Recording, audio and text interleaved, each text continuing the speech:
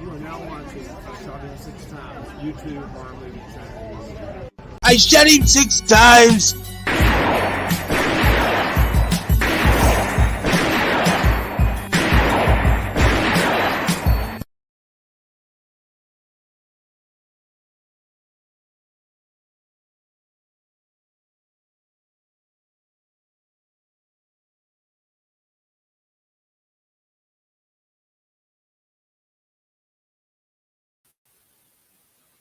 What's going on, everybody? How's everybody doing tonight? Thank you for joining me for this late night stream of Scream Franchise Omnibus films 4 through 6.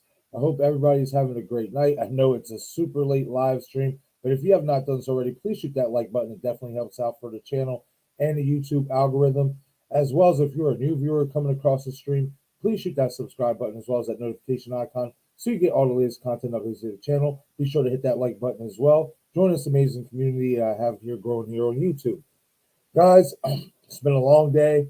Got off of work not too long ago. So I know I'm a little bit late. I appreciate everybody who's going to be a part of the stream tonight. It is just going to be me. It's at a late night. A lot of guests, that I did invite. It's just too late for them to come on, but it's okay. We're going to do this. I see we got 4 people here right now, and that's, in all honesty, it's almost 2 o'clock here in the morning on the East Coast. So I greatly appreciate you guys for showing up and taking time out of your night to hang out and talk some Scream Franchise Omnibus. Oh, yes, ready to get down to it. I'm not going to lie to you guys, but before I do get into it, I want to see who's all here. Scott Walker, what's going on, buddy? And do me a favor, you guys, if it is a little bit laggy, let me know, because then I will just relocate in a different part of the house right now. Scott says, how's it going? Talk to you in a half an hour to an hour. Okay, Scott. Cool. I'm going to be here. See, Scott said he's going to be a little bit late. It's all right. I'll be here. Got a little bit to talk about, so. Dominic St. Clair Studio. What's going on, buddy? Hope you're having a great night as well. I gotta bring you on the channel sometime soon. Maybe you and Destin can get together for a live stream. That'd be cool. Okay, Scott, I see you here. What's going on, buddy? Spicy General in the chat. What's going on, Val? I hope you're having a great night, Val. Yeah, I ain't gonna lie, a little bit tired, but we're gonna get through it.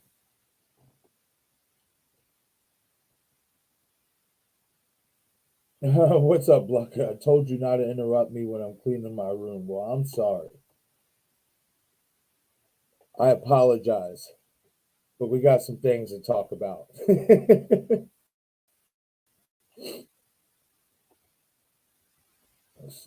All right, cool. All right.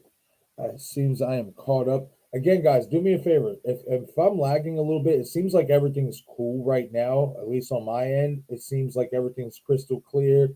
Nothing seems to be freezy or nothing. Usually I can tell because it'll let me know here on StreamYard with the whole, Wi-Fi bar or whatever and stuff. But things seem to be going all right. But just let me know if it's a little laggy on your end, because if it is, I will switch locations in the house.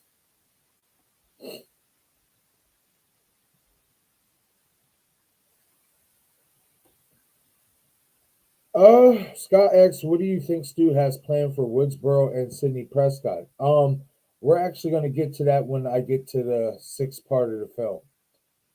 And don't worry, guys, I'm not going to take super long. I know it's super late, so I want to say I'll maybe go to like 3:30, 4 o'clock-ish.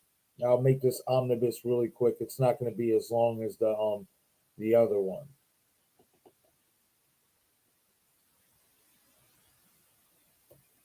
I will say this. I wonder if Dino is gonna end up popping in the chat, because if he is, I'll have to send him a link, and then maybe I can get him to come on, because I know he did say he wanted to come on, but I haven't heard from him all day. He might just be getting off of work.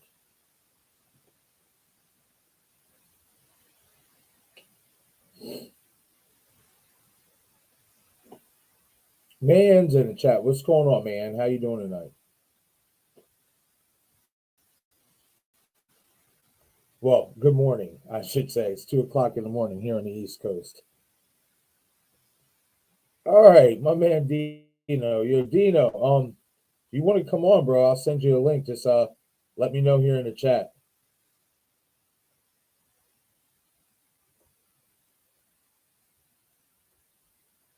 And then we can get this party started.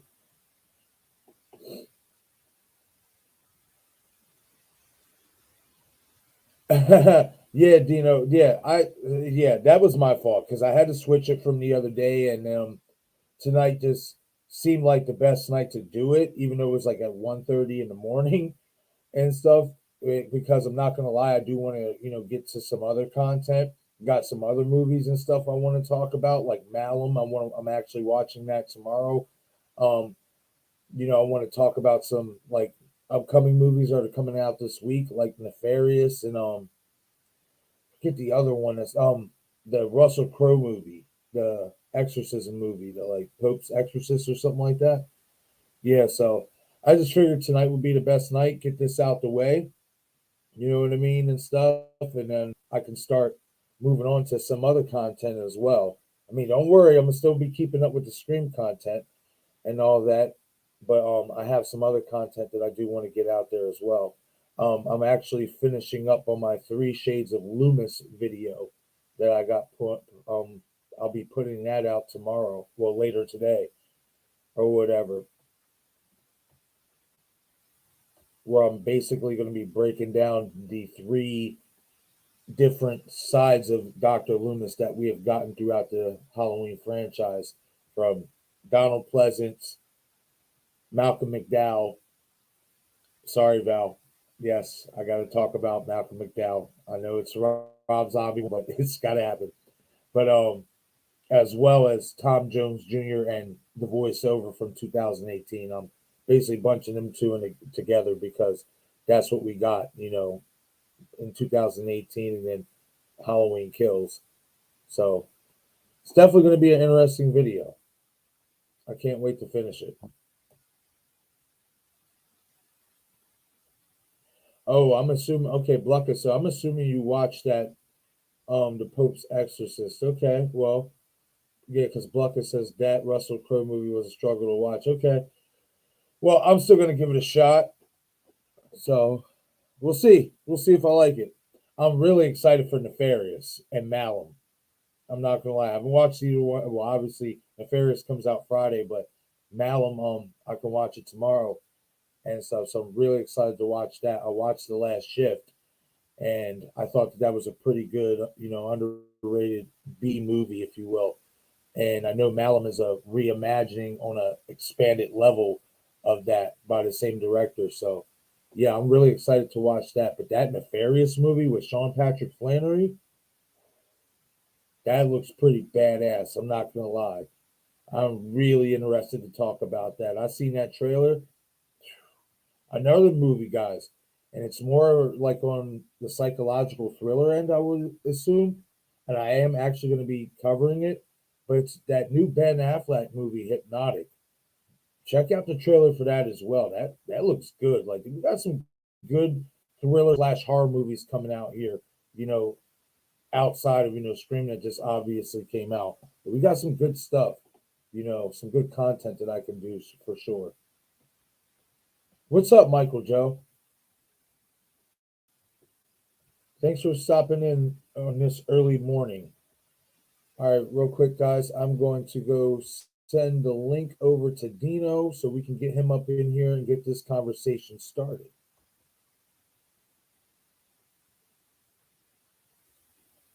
Okay.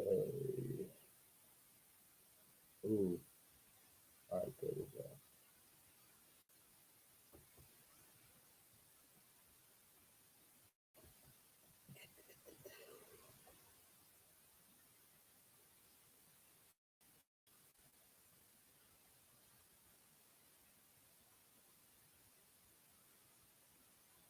Oh, come on.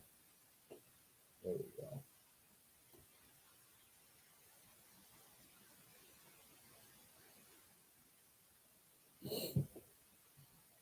All right, Dino, I'm sending you the link now.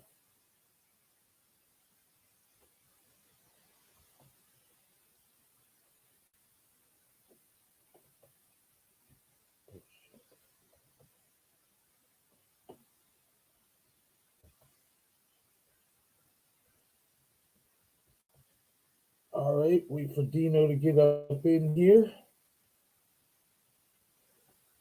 Michael Joe asks, "What's the discussion?"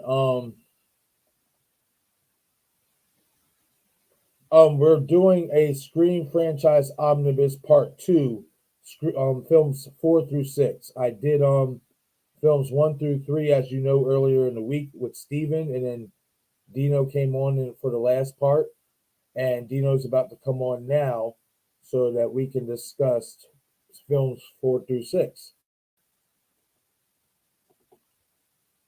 And Dino is here now, so let me get him in here. Yo, What's up, buddy? what's going on, my man? Nothing Can you hear me? much, man. You know, Oh. Yeah, I can hear you. I can hear you perfectly fine. Oh, okay. Awesome. Yep, everything seems to be going all right too. Doesn't seem to be like no lagginess or nothing going on. So hopefully it stays like this. Perfect. Yeah, I mean, because if it does, I can just always switch locations or whatever. Yeah, I got you. My friend,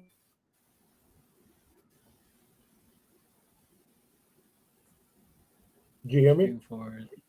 Well, no, I'm sorry. No, I didn't hear you. You kind of lag. Yeah. No, I didn't hear you. Yeah, hold on real quick. I'm actually gonna shut my camera off. I'm gonna shut my camera switch. I got you, bro. I got you. Yeah. Do what you gotta do, man. I got you. What's going on, everybody? Hi, Mayanne. How are you?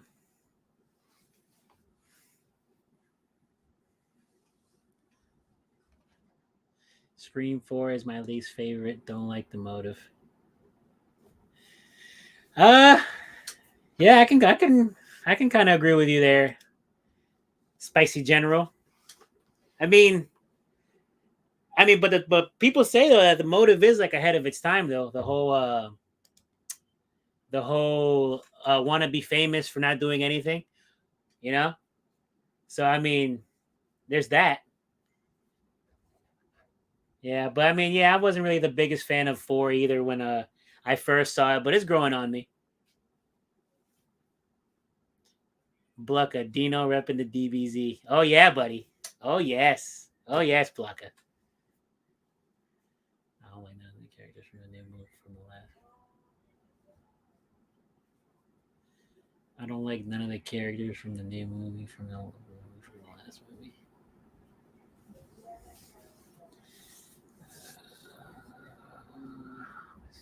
I don't like none of the characters really. Michael Joe. Oh, okay. All right.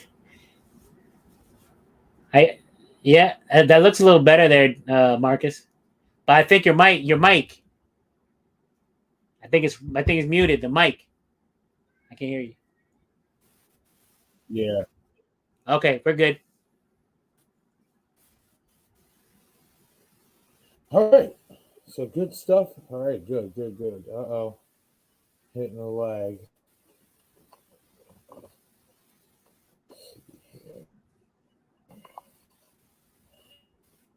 This is interesting.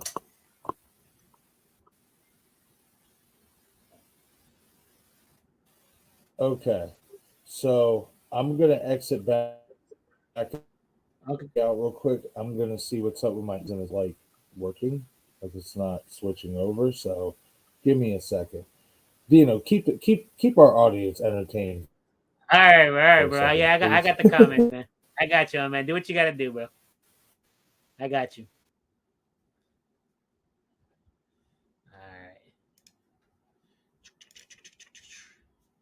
All right. I don't like none of the characters from the new movie from the last movie. So you're saying Michael Joe, you're saying you don't like any of the from the new movie from 6. I'm guessing you mean. I mean, I guess I get what you're saying. I mean, I saw 6. I mean, everyone just seemed like they were just there to get killed, except for the core 4. So I guess I get what you're saying. I mean, the ones that died, I didn't care they died. Like Annika died, I was like, okay, yeah, whatever, no big loss, whatever. Let me see. Appeal to me. Charlie Walker's a Stu. Let me see. Scott Walker. Charlie Walker is a Stu copycat killer. The way he gutted Olivia, that's the way Stu killed Casey and Dewey. I mean, yeah. I mean, I guess you could say that, but I mean, I don't know. No one's gonna be as good as Stu, in my opinion. He could try to copy Stu, but he ain't doing it like Stu. I think the problem with Scream is it. Blucka. I think the problem with Scream is they handicap themselves in trying to make motives callbacks to the original. Yeah, I get you. I get what you're saying, Blucka. It seems like they hold themselves back by trying to do callbacks and stuff like that instead of trying to make their own movie. But I mean, I feel six was them moving into the direction of making like their own like making their own way. But but then at the end it did kind of feel like Scream at the end. But you got to understand too, at the same time, they kind of have to. I mean, because at the end of the day, Scream has a formula, and if you don't follow that formula, fans are gonna be like, this isn't a Scream movie, and then next thing you know, people don't want to watch it. People are gonna outrage or whatever. But I mean, I get what you're saying. If they put Jennifer Lopez in a Scream, I'm out. Just if they put Jennifer Lopez in a Scream, I am out. Just saying. I mean, yeah. I mean, I heard some people saying they want Jennifer Lopez to be Christina Carpenter. I heard Salma Hayek. I've even heard that girl from from Fast and the Furious. I forgot her name, but yeah, they're saying her. I mean, I don't know. Scream 6, even the core 4 weren't too like. All right, Blucka. Scream 6, even the core 4 weren't too likable. To be honest, the moments you like them really were when they were together as a new character core 4. I mean, yeah, I guess, but I mean, everyone had their moments, especially Chad, man. Chad to me killed it in that movie. To me, Chad was like the most entertaining. I love Chad. I personally, if Chad would have died in 6, and I thought he did. I mean, I would think he did after what like 24 stabs, whatever. How many times he stabbed him? I would think that's what was going on. But I mean, Sam. I mean, Sam had her badass moment too. Tara. They all had their moments. I mean, I guess even the Scream weren't too likable. I don't know. I liked them. What do you think of the movie? Let me see. Scott Walker, what do you think of the movie The Ghost in the Darkness, The Killer Lion, based on a true story about 2 man-eater lions that killed workers? Do you think it's a good movie? I honestly haven't seen that, but I will check it out. It does sound a little crazy. Man-eating lions that killed railway workers? Check it out. Blucka. Dino, do you think Christina Carpenter is Chrissy from Outside the Bathroom when Sydney bumps into Billy after he... That's exact... Blucka. If you ever seen... I streamed with Bobby's Breakdowns, and I told him about that. The one where the girl was like, hey, Chrissy, wait up. And because, Chrissy is kind of like a short name for Christina. So I was talking about that. I mean, it's possible, but everyone's saying that it's mostly might be the girl that Billy was flirting with in the video store, giving him I think it was popcorn, I think it was, or whatever it was that he was trying to offer her. And I'm not gonna lie, like seeing her, she does seem like she kind of looks like she could be Sam's mom. So I don't know, it could be either one of those two, but that'd be crazy because I mean it would be a good because let's be honest, they weren't thinking of Christina Carpenter, the character in Scream 1. She wasn't nowhere in the so like they didn't put that scene in there just to set up Christina Carpenter in Scream 5. I mean, let's be honest, they weren't thinking that far ahead. But it'd be cool for them to kind of watch the movie and then they kind of saw that part and they're like, okay, we can fit this here. Yeah, I mean, it'd be cool to see her there. It'd be cool if it's that one, because I remember when I caught that, I was like, I felt like, oh, I caught this little secret thing that no one saw, because honestly, I didn't see anyone talking about that. I thought I was like one of like the first ones to see that thing, and then I brought it up in Bobby's breakdowns video and his stream, and he saw it and he was like, oh, interesting, whatever. And so yeah, but I mean, it could be any one of those two, or maybe it's someone we haven't even seen before. Who knows? We'll see. Scott Walker, what do you think, Stu? What do you what do think? Okay, do you think Stu will kidnap Sydney in Scream 7 and take her back to his house in Woodsboro?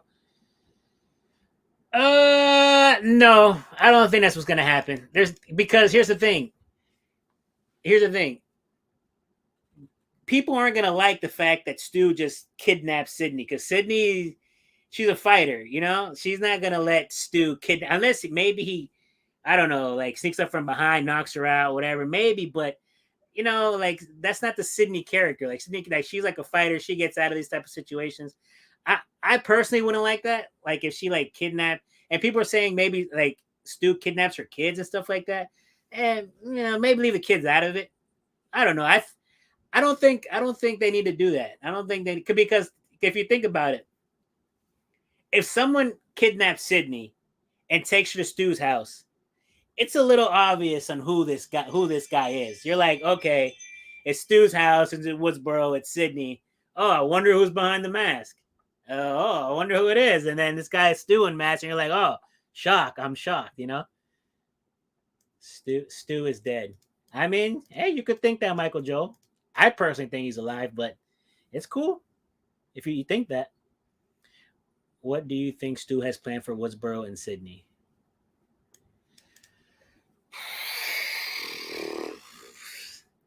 I mean, if they go back to Woodsboro in 7, which I kind of think they will, but everyone's saying that they might go to like maybe like a snowy type of environment, like a ski lodge or whatever, or maybe even like a tropical island, kind of like homage to I Still Know What You Did Last Summer.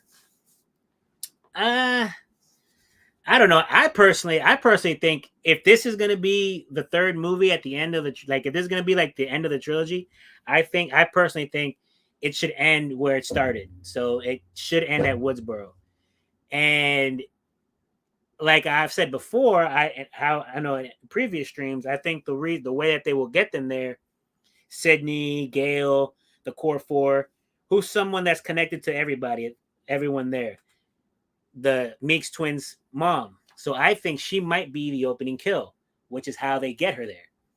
Now, as far as Stu's idea on the whole thing, I think maybe he'll just have an accomplice, maybe his sister helping him kill because they killed Vince, and then they're just killing everybody. It's just the typical story, revenge. That's it. In part 2, how Billy's mom was like, oh, it's just good old fashioned revenge.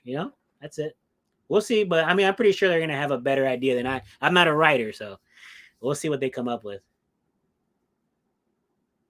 Let's see. Scott Walker, why do you think movie studios keep making horror movies about Bigfoot? It's not right. No wonder people want to hunt them down and give them a bad name. I mean, yeah, they make horror movies about Bigfoot, but I like watching like the documentaries on it. I don't really see it as a scary thing. I mean, I'm sure if I saw Bigfoot in the woods, I'd be scared, but to me, it's interesting. Where do we go? Where do we even go with Sam? We just had 2 films about her dealing with the darkness in both films. Yeah, that's a good one, Blucka. Where do we even go with Sam? We had 2 films about her dealing with the darkness in both films and Happily Ever After. I mean, maybe the last film is just her just finally just accepting that she's Billy Loomis's daughter, because I kind of feel like she's been like kind of fearing that she is, and she's gonna fear like following in his footsteps and stuff like that. I don't think Sam's gonna be a killer, because some people think that maybe she's gonna like give into that darkness and become a killer. I don't think so. I think maybe she's just gonna just finally just accept it, and that's it. And if it's Stu, Stu probably, it's gonna be another reason. It's gonna be another reason why she's gonna start feeling these feelings because it's connection to her dad. But at the end of the day, I think she's gonna just accept it and move on. MJ, that's your opinion, but others don't think he is. Yeah, you tell him. You tell him, Spicy General. I think Stu is both dead and alive. There you go, Blucka. That way you don't. That way you don't get anyone mad. Realistically, West wanted him dead, not to break the rule after not making it happen in 2 or 3. But money wise, it makes sense for the franchise to bring him back. I'm with you, Blucka. Honestly, like I feel like at this point, with all the clues and the hype and everything behind it, I'm with you. I mean, I think it makes sense. I mean, yeah, it's gonna, like, some people don't want it, but I feel like from what I've seen, like being in like Scream, like different Scream like group chats and forums and stuff like that. Like I seen there's more of a we want Stu back than actually people fighting it. So I do feel like it would make good money if people found out that Stu was coming back. How do you think Sydney and Gail will react? How do you think Sydney and Gail will react to find out it was Stu that killed Dewey? How do you think see him alive? Hold on, give me a second.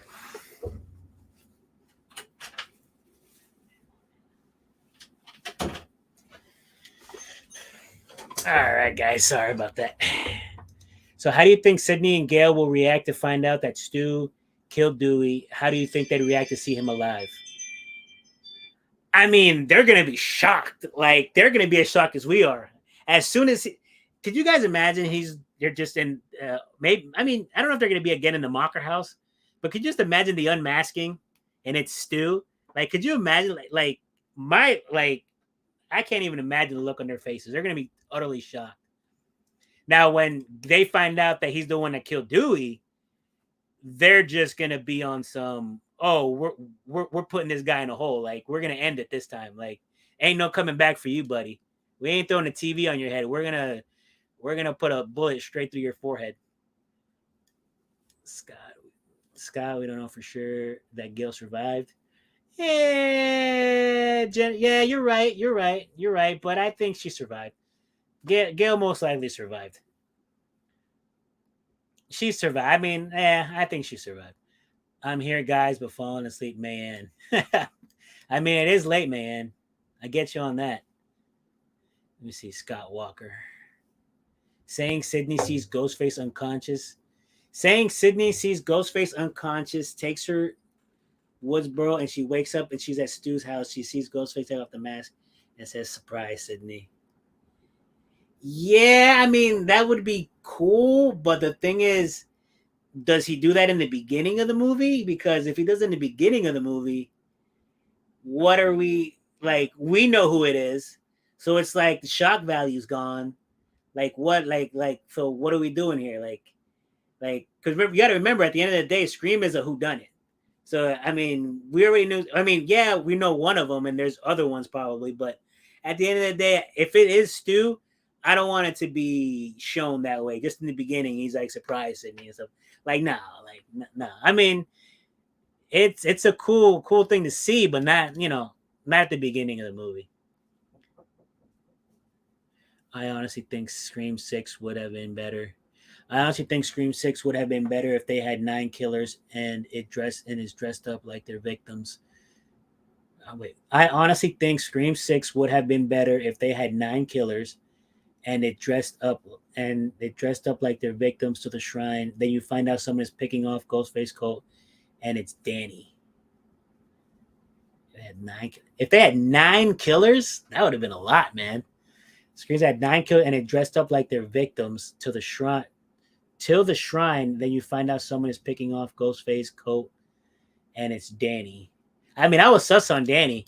I was really sus on Danny. I thought, like, when she was like, "We don't trust you," and he was like, "Okay," and then he leaves, whatever. I was like, "Yeah." I was like, "I don't trust this guy." Even at the end, even though he's like at the end, he's like Mr. Superhero, bring the cops and everything. I was like, I still kind of don't trust you, buddy. What do you think of an idea? What do you think of an idea on an Australian version of Scream in my home country and in Melbourne, my hometown? I think we're pretty interesting idea. And if they didn't, okay, I don't understand that. What you're saying? Australian version of Scream in my home country and in Melbourne, my hometown. I think we're pretty interesting idea. Oh, are you saying like a Scream in Australia? I mean, I guess. I guess. I don't know. It'd be cool. Bluck, I'm not sure how I feel about Danny. I'm not sure he can be trusted boyfriend thing. I've been done this twice. All right, Marcus. You back, buddy?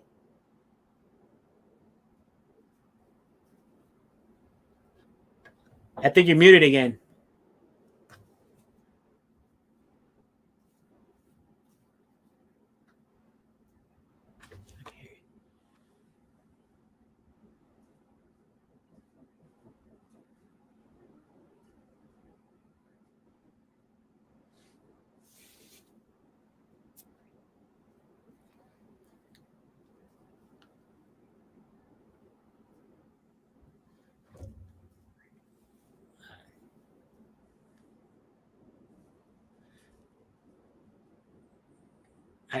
Okay.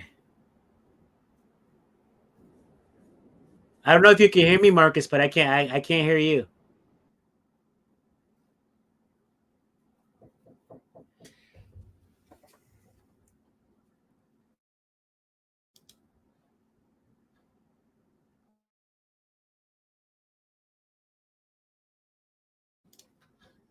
Let me see. Let me see. Yeah, okay. All right, guys. I think he's still having some technical difficulties. We'll keep going. I just think you may. Okay. All right, Blucka. Let's see. I think you make the first half of the victims look like victims, but as you get to the shrine and the group has dwindled down, the evidence reveals it was members of a cult. And now who you got? Now you got sus groups. Yeah, yeah, they could do that.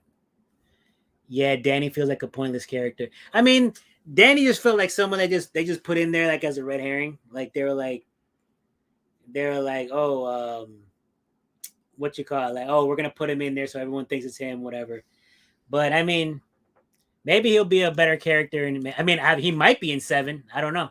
We'll see. We'll see what happens. I mean, people didn't like Sam in 5, and they like her more in 6. So we'll see what happens. Let's see. You made him a love Blucka. You made him a love interest. So if he goes killer, it's overplayed. If you keep him the love interest, it feels pointless or underwhelming. Yeah, we'll see. We'll see. We'll see how it goes, Blucka. We'll definitely see how it goes. We'll definitely see how it goes. But I mean, like I told you, I don't trust him. I don't trust him. He seems a little too a little too Richie. Mindy and Kirby actually pointless to be honest. Everyone has movie knowledge like Kirby and Mindy. Don't say anything special. Mindy and Kirby feel pointless to you, Blucka? That's crazy, man. That's crazy. I mean, a lot of people don't like Mindy, but I mean, she doesn't upset me too much. But Kirby, everyone has movie knowledge like Kirby and Mindy. Don't say anything special. But you got to remember, Blucka, the reason why people like them is because they're like the movie nerds. They're us. We're like them. Like they're like us in the movie. Like what we're thinking, they're thinking because they're like us. They're movie nerds. That's why people mostly like Randy at first. And then once Randy died, people gravitated towards Kirby. And then once people thought both of them were dead, who did they gravitate to? Mindy. Let's see, Blucka. Like, if you look at the movie Battles in 96, it's Randy versus Billy. No one else in the group knows anything. Yeah, that would be interesting though. Like a little movie knowledge battle between Randy and Billy cuz Billy knew his stuff too. Like don't get it twisted. He definitely knew his stuff. So that would be interesting. A Randy battle with Randy and Billy. That would be interesting.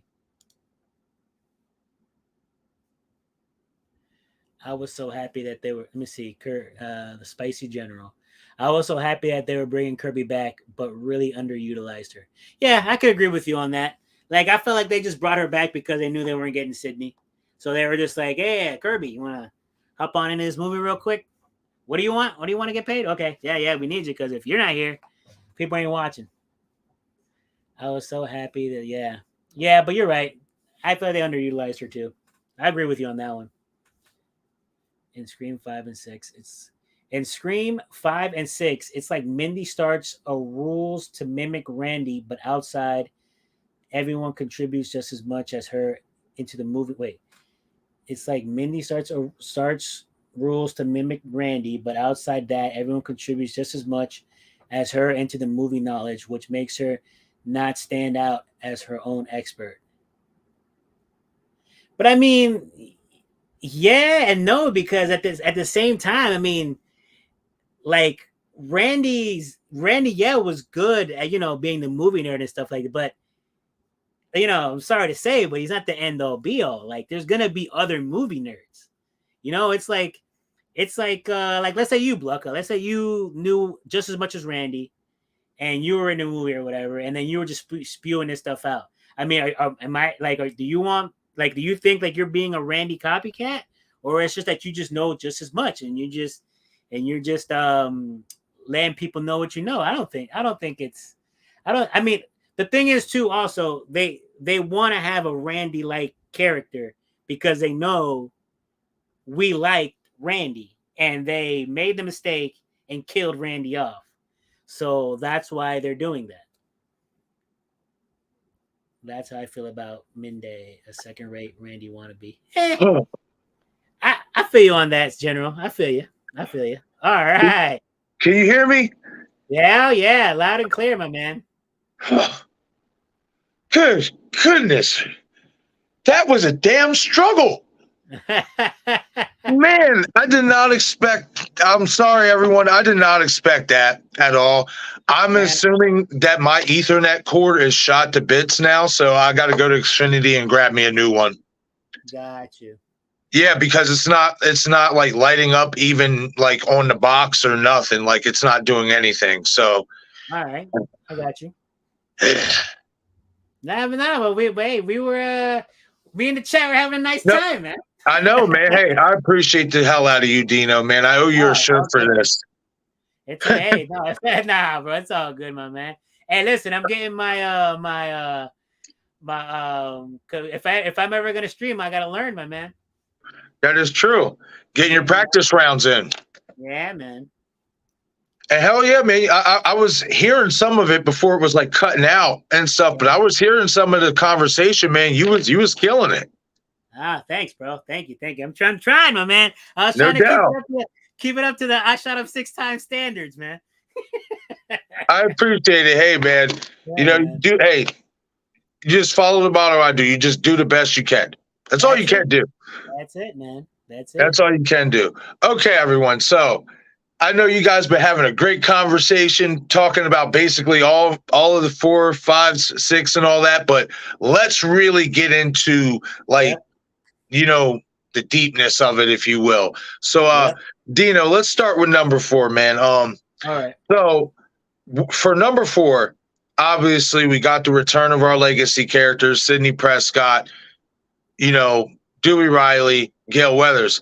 But Scream 4, before Scream 5, was the first in the sequel. I mean, we had new characters, come along the way, but this was the first time in the franchise where the main characters that we were accustomed to weren't really the main characters. Like, we were introduced to a whole new crop, a whole new generation. Yeah. And for me personally, I feel like this film, in terms of feel and flushing the characters out and getting you to like these characters, Scream 4 came closest to the original. Yeah. Okay. Yeah. I will say this. I feel like the intensity was the first time in the franchise since the original where the intensity was like ramped up. Even Roger Ailes' voice was like a lot more intense, a lot more direct, and I personally, I like Scream 4 a lot. I think it Yeah. did. I think it's very, very underrated or whatnot. But in terms of like, all right, for you, in terms of like character development, brutality, Mhm. and then meshing it in with our core four, our core three characters. See, I'm Yeah. getting used to that core four. Yeah. You know what I mean? But with our original three characters, this was the first film to really like mesh that in together and introduce us to a lot of new characters that some of them Yeah. we got to like Kirby Reed. Yeah. Yeah. You're Jill right. Roberts is a fan favorite, even though she was a ghost face. She's a big fan favorite. I personally like Charlie Walker. I feel like this film, what Wes Craven did was in an updated time. Because this film was so ahead of its time, like with social media, cameras, filming the murders, all that stuff. Like this was back in 2011. Yeah. This is stuff that, like, in all honesty, I mean, granted, social media was really just taking off and all that, but Mhm. it was ahead of its time. Like, this movie, Scream 4, would fit so well today. Yeah. Exactly. It really would. Now, I'll put it this way. So, how do you feel about the whole motive of Jill wanting to become Sidney Prescott? I mean, well, we were talking about before. I mean, like you said, it's ahead of its time. I mean, what are people trying to do now? They're just trying. They're trying to be famous. You know that for basically, well, like what she say, like, oh, you don't have to do anything to become famous. You just have to have messed up things happen to you. Yeah. Yeah. So it's like back at the time this came out, like that's what people are trying to do now. Like nowadays, like some people fake it. Sometimes it does happen to them, but like that's what people want. They just want to be famous. So I think like that motive, Jill's motive, is very ahead of her time. Very. Right. I agree. And the parallels, between 1 and 4, in my opinion, are really, really similar, especially when you get that final act scene and the way basically Jill tried to set it up for Trevor and Charlie to be the new Billy and Stu. Yeah. And and in my opinion, and this is why I give Jill her credit for being a mastermind, a great planner, because Charlie was so in the unknown about that. Yeah. Which is strange to me because he's such a stab aficionado. Yeah. You know what I mean? Yeah. He didn't see that coming. He really thought that him and Jill were, gonna do this. Yeah, but hey, but you know what they say sometimes, man. Love it blinds you, man. It makes you you don't think right when you're, and we all know Charlie was in love with Jill, so it might have been Right. that might have been part of it. I'll say this though, and I want your opinion on this. Yeah. Because Scream 5, and we've been doing so many theories, about Stu and all that. Yeah. But when I rewatch Scream 4, in my opinion, and this is my opinion, I think this is the first film to where you can start saying maybe more than 2 killers were doing, were a part of it in this film than they revealed. Like, yeah. Yes. Yes. That exactly. Yes. I feel like this movie really started open up those floodgates for the theories. When you really go back and rewatch this movie, and I mean this, guys, like when you go back and rewatch Scream 4, I've done videos about it and everything. You guys probably know where I'm going with this. But to me, there was 3 killers in Scream 4. Mm-hmm. And the reason why I say that is because it's blatantly obvious Jill and Charlie do not have a vehicle. Mm-hmm. There's certain instances in this movie where they get to the target entirely too fast, especially Stabathon. That sticks out to me in this film, the Stabathon, because how did Jill get there so fast without a ride? Kirby was supposed to be a ride. Yeah. Yeah.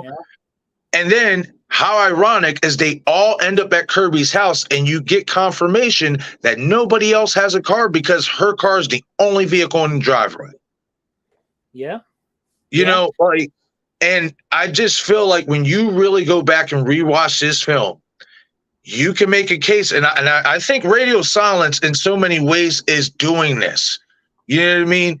Like picking up certain, I want to say picking up certain things, picking up maybe scripts that were supposed to happen that we've heard about. Some of them we've heard about because we all know. I mean, well, Val just found this out the other day, which I was shocked. But Wes Craven's initial plans for Jill Roberts before they, just went with what they went with, his initial plans, I don't know if you even know this, Dino, was to have her survive. Yeah, I heard about that. And basically be a mastermind Ghostface who makes it to the sequel. When we get to the sequel, Sydney is like a professor, but she doesn't remember anything from what happened in that night. Yeah. And now Jill's in college, and whoever's now doing these killings or whatever is coming after Jill because they know her secret. Yep. And I feel like this film, when you really break it down, especially if you're a conspiracy theorist or if you're a fan theory, type what we do, content creation and stuff, you can really look at this film and be like, you know what? This is the first film in the franchise where you can start to tease the fact there were more than two killers. Like, and I'm talking about actively doing it. I'm not talking about like Roman in the original playing in the background. I'm talking about actively doing the murders and stuff like that. Like this film, when you go back and rewatch it, it leaves more questions than answered. You're right. And it's interesting, man, especially considering where we're at now with Scream 6. It's really, really interesting. And I'm going to explain why when we get to Scream 6 and stuff. And this is why I believe that they decided for Scream 6 to implement a lot of stuff from Scream 4. But another thing, what I loved about this film was, again, like the flushing out of the characters, the character development. I think maybe the only one you really didn't get good character development with because she died so quick was Olivia. Yeah, you're right.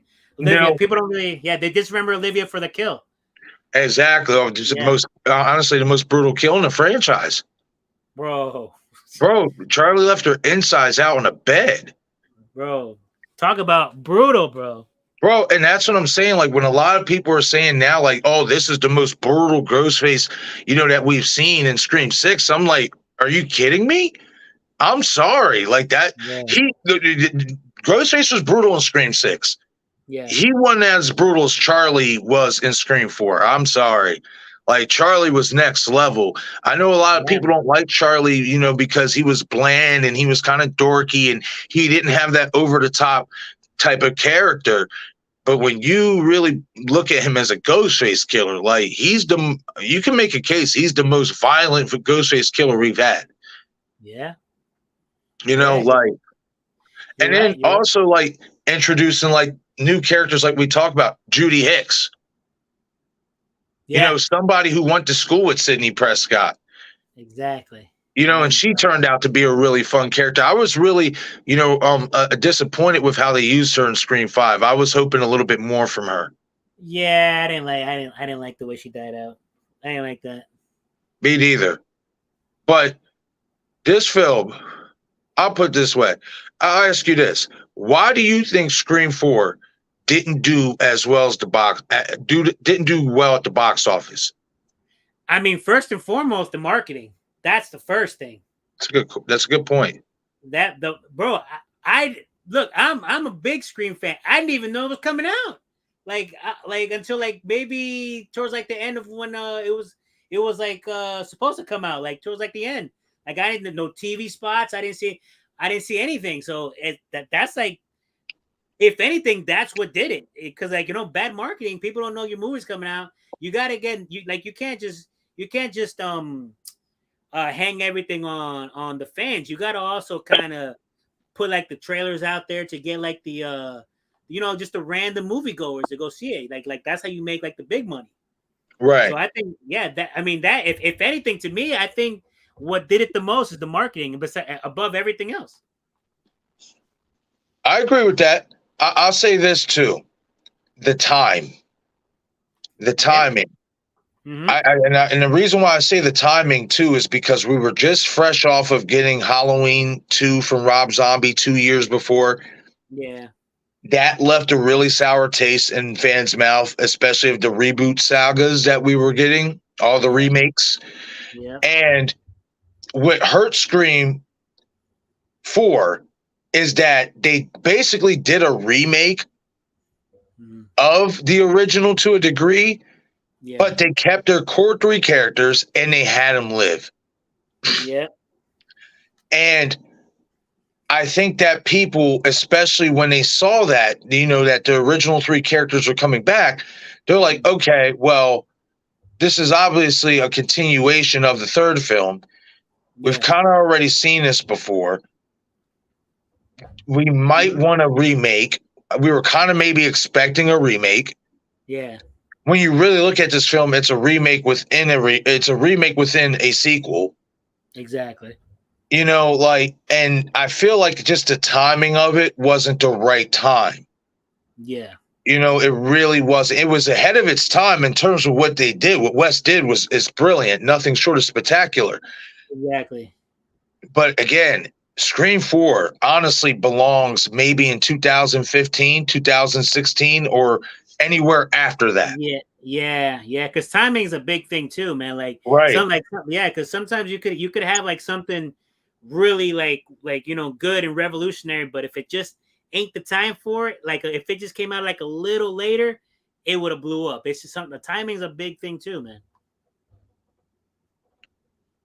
Very much so. All right, I'm reading some of the comments real quick. I see Young Blade in the chat. What's going on, buddy? He says, LOL, Mr. Bailey was not the most brutal. Yeah, exactly. Yeah. I agree. Yep. He says maybe the most senile. I mean, I'll be honest though. Bailey's worn on me over the course of watching these films, and it's just because of how damn fucking goofy he is. Yeah. I mean, he's a goofball, but I like it. It's thick. It's a sinister goofball type of way. And I like that about Bailey. I mean, I didn't like Dermont's performance up until the final act of the movie. Yeah. His performance before that was left a lot to be desired. You could clearly tell that he was the killer, especially when he came out from, doing a switcheroo and the fake tears. That's what got me.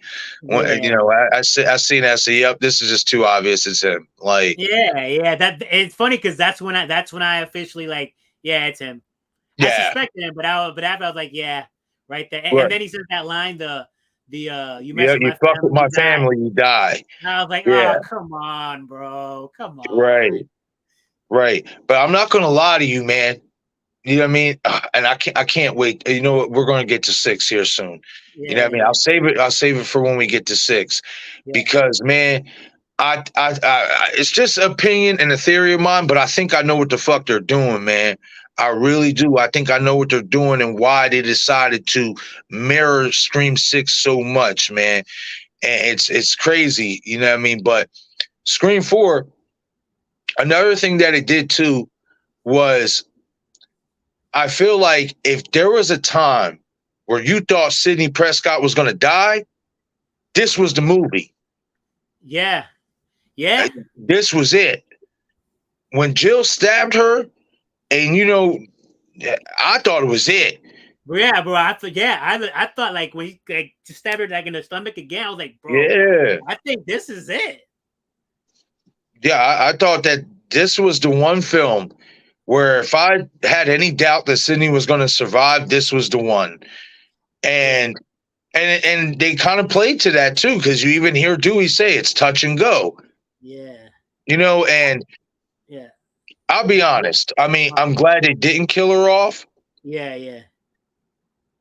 But I'll say this, and this is going forward, in the Scream 7, Scream 8, whatever they do, somebody's got to pay the price. You know what I mean? You got to do something. You got to do something risky, man. You know what I mean? Like you do. In You got seven, you mean? you got to do something risky. I Okay. don't know what that risky is, but you got to do Mhm. something risky, especially in terms of Sydney. You know what I mean? And the reason why I say that is because Nev herself even said that she believes there's still more story for this character. So what is that story? Yeah, that's That's true. what I want to know Yeah.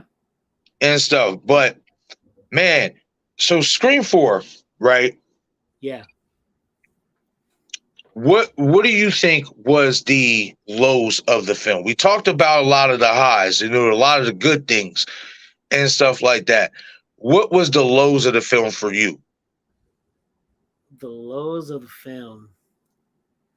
Uh, man, you know what? You know it's funny, like, because like I said, this wasn't really my favorite Scream, but when it comes to like the lows, I mean, I really can't think of much, bro. So it's like, well, why don't you go first, and then I'll see if I could think of any well after you go.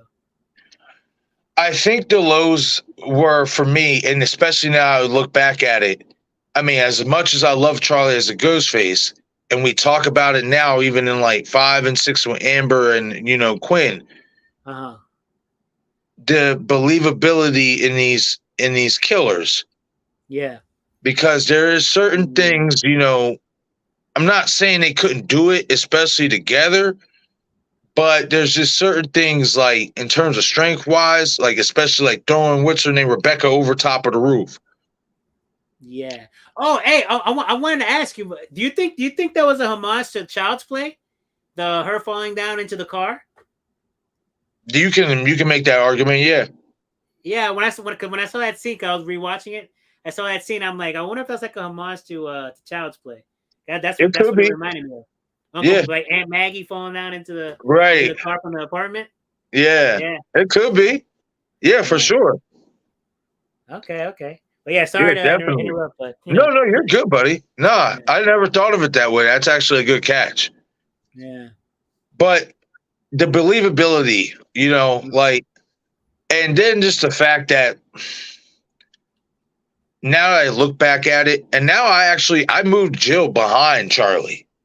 And I know some may not agree with that. But when you really look at it, I mean, Jill got a lot of credit for a lot of stuff she didn't do. Yeah, you're right. Yeah, it's funny. It's funny too because I used to be that way. Like I used to think that way too. Like I thought like it was like Jill, Jill, Jill. But I mean, once like I would like you would like explain it, I'm like, you know what though? You're right. I'm like Charlie did the heavy work, bro. Like, Right. And and you you can got it. make an argument. Yeah. You can make an argument that Stabathon, that was Kirby. Whoa! Bro, Wow. think about it like this. I did a video on it. Yeah, Think yeah, about it yeah, like this. Think about it like this. Charlie was there catering to the fans. You know what I right. mean? He was there catering to fans. Jill wouldn't have had enough time to get there with no vehicle. No Mm. time whatsoever. Kirby was there with Charlie. And yeah, and you know what else too? The scene where Charlie kills Olivia in the closet. Mm-hmm. Okay, so Jill is upstairs with Kirby, right? Mm-hmm. She's Charlie's in the closet. across the street. Yep. Yeah, Charlie's in the closet. Don't the cops say that they saw a like while he's in the closet? Don't the cops like say they saw a ghost face running behind the house, and then they ran up this way, and then like they try to cut him off, and Yeah. he disappeared. Yeah. If Charlie was in the closet and Jill was upstairs, who was that? Well, see, it couldn't have been Kirby because Kirby was upstairs with Jill. But I think what happened is when Charlie, before he went into the closet, I think what he did. Wait a minute, hold on, because these motherfuckers was outside when Olivia got home. That's what I'm saying. See, that has to be a writing mistake then. You know what I mean? Because that don't make no sense. You know what I mean? Like unless there's another one. I mean, Another one that, like you said. I just did a video the other day talking about Kirby, Charlie, and Stu. Yeah, exactly. See? I mean, how crazy? How crazy would it be if they pulled some Dr. Gordon shit from Saul with Stu and had this motherfucker basically like involved for like multiple sequels? Like, well, we already kind of believe that now with 5 and 6. Yeah. That'd be nuts. And to find out, it'd be nuts to find out if he was involved in 4. That's a good catch though, man, because I never really thought about it like that neither. If Charlie's in the closet, these cops are already outside. They see Olivia go in the house, so Charlie has to already be in the closet. Yeah. Oh, wait a minute. I think I may have figured it out or whatever. Because remember, there's that gap in between where Olivia does get off the phone with Jill and them, but she calls him back because I think she went to go like take a shower or get changed or whatever. I think in between that moment, maybe Charlie wasn't in the closet just yet. And that's when he basically distracted the cops, maybe went through the back or somehow, wherever, maybe when Olivia was in the bathroom or doing whatever else, that's when he maybe snuck in. Maybe that might be it. Maybe. I gotta rewatch it, bro. I gotta rewatch it and see. Yeah, that's a good thing. Yeah, I'm gonna have to rewatch that too because that's a good catch, man. Because if that motherfucker's in the closet and they seen another ghost face, that's a confirmation that there's a third killer. Then there you go. And it's gonna be four that we got an extra killer, 5 where we think there might be an extra killer, and 6 where we think there might. So right, we'll see. Let me ask you this or whatever, right. because this meshes in with Scream 4. Okay. You hear Kirby say when her and Samantha meet up again at the police station. When Kirby gets introduced in Scream 6. Yeah. We know for a fact they went to high school together, right? Yeah. But what interested me is the way Kirby said we share a certain history. Now, a lot of you will sit there and say, and rightfully so, will say, well, she's referring to Ghostface because they've both been, attacked and killed by Ghostface. Mm-hmm. But what if that is not what she's referring to? I get where you're going. What if that's not? What if there's something else, like in their backstory that we don't know about yet? Because remember, Samantha, she was a wild child. Yeah. You know what I mean? And my thing is this: if Kirby acknowledged her as a freshman, that tells me maybe some chirping was going back and forth. Because the way they hugged up and stuff like that was like they was all buddy. Right, they were like best friends back in high school. Right, and usually you don't get that. With upperclassmen and underclassmen. Freshmen, exactly. Yeah, exactly. You don't get that. Like they normally don't hang out with each other. Yo, man. I wonder if Sam was at Stabathon. Oh, that'd be crazy, man. Listen, I'm telling you, man. There's something with that chick. I don't care what anybody says, man. That chick, she's involved, bro. She's involved. We're gonna talk about it when we get to Scream 6, man. But I'm telling you, she's involved, bro.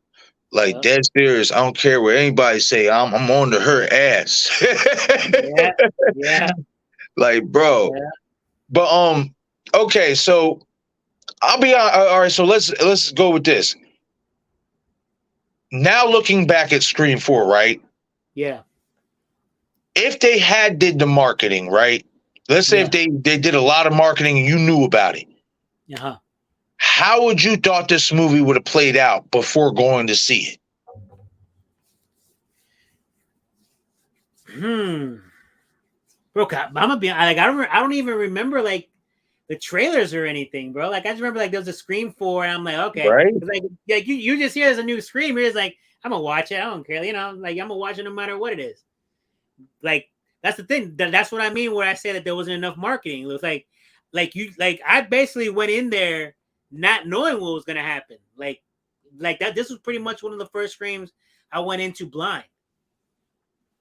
Because like I said, the marketing wasn't there. So I hardly saw anything. I just knew it was a Scream movie. So I went to go see it, of course. And I mean, after I finished watching it, I mean, I was, wasn't my favorite, but it's a Scream movie. So I enjoyed it. Right.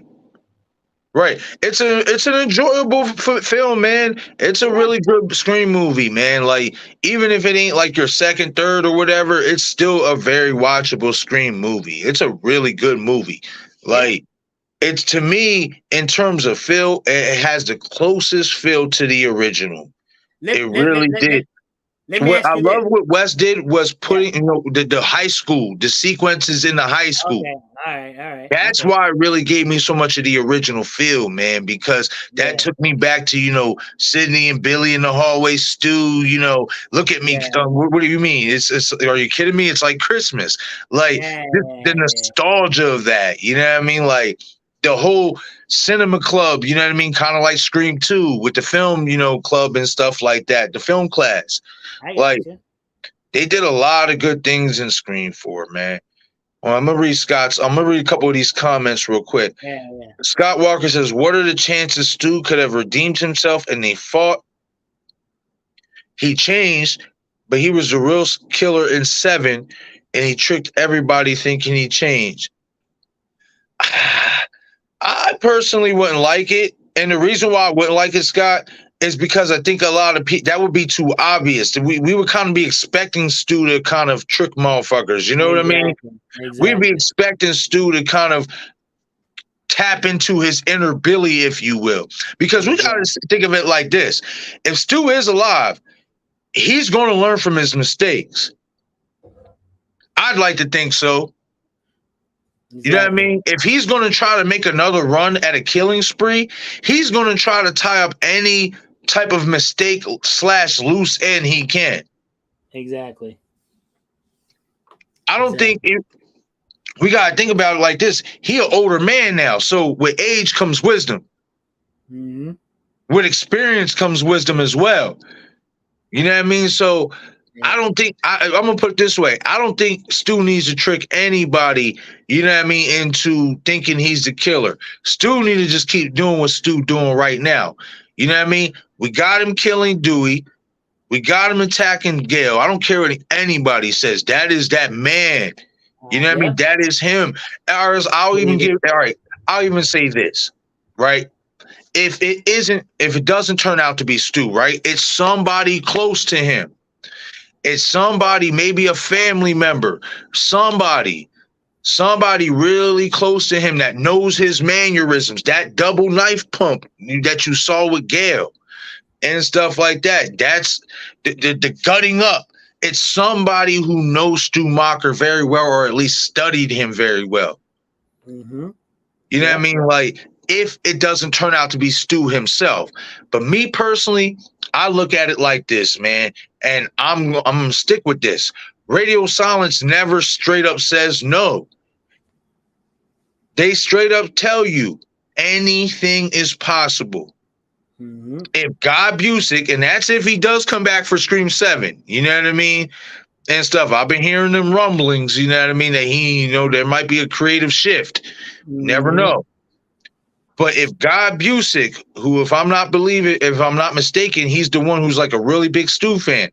They said if he wants to write Stu into the story, it will happen. They said that. That's a quote. You can go look it up. Mm-hmm. That's a quote.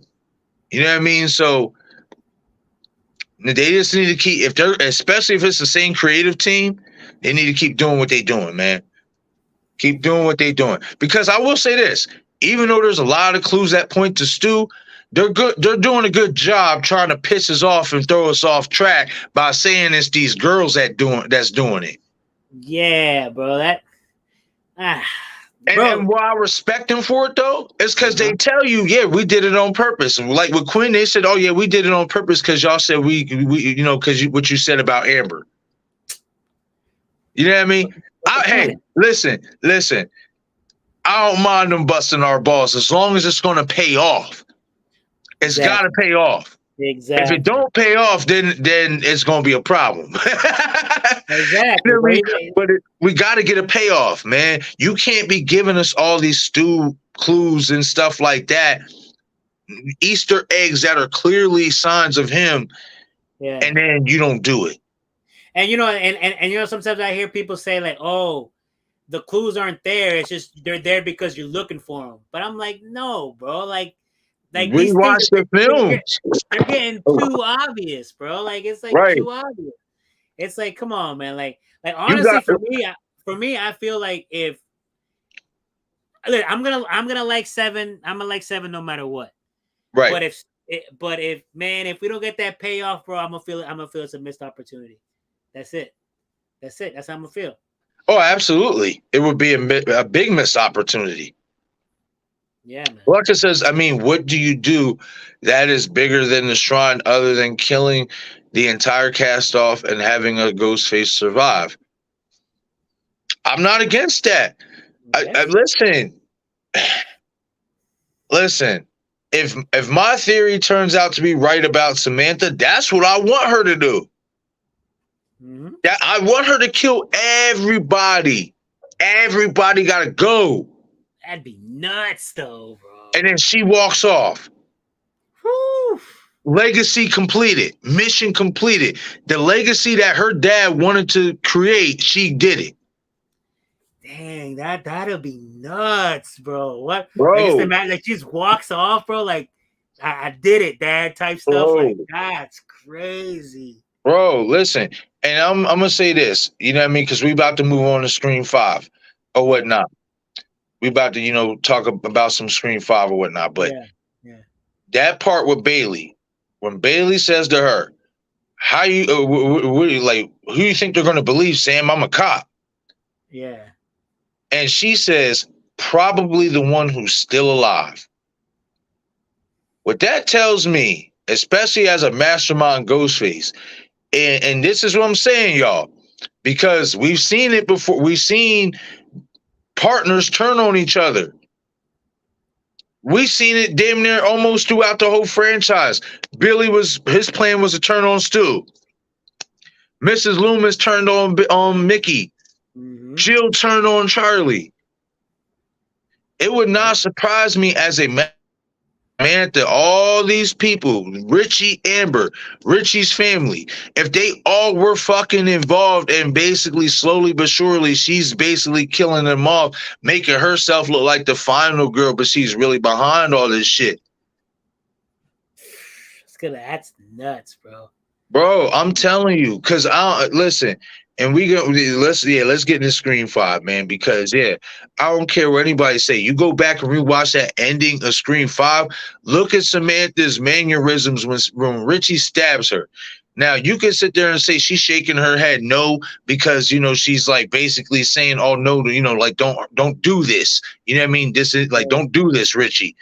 Nah, she's shaking her head no, because this wasn't part of the fucking plan. Richie stabbing her wasn't part of the plan. That's all I'm going to say about that for now. Okay. Or whatever. But let's obviously get into Scream 5. All right, Scream 5, we got that last year, early 2022, January 14th, with much anticipation. And Scream 5 is my least favorite Scream film. Mm-hmm. It's a good film still. Yeah.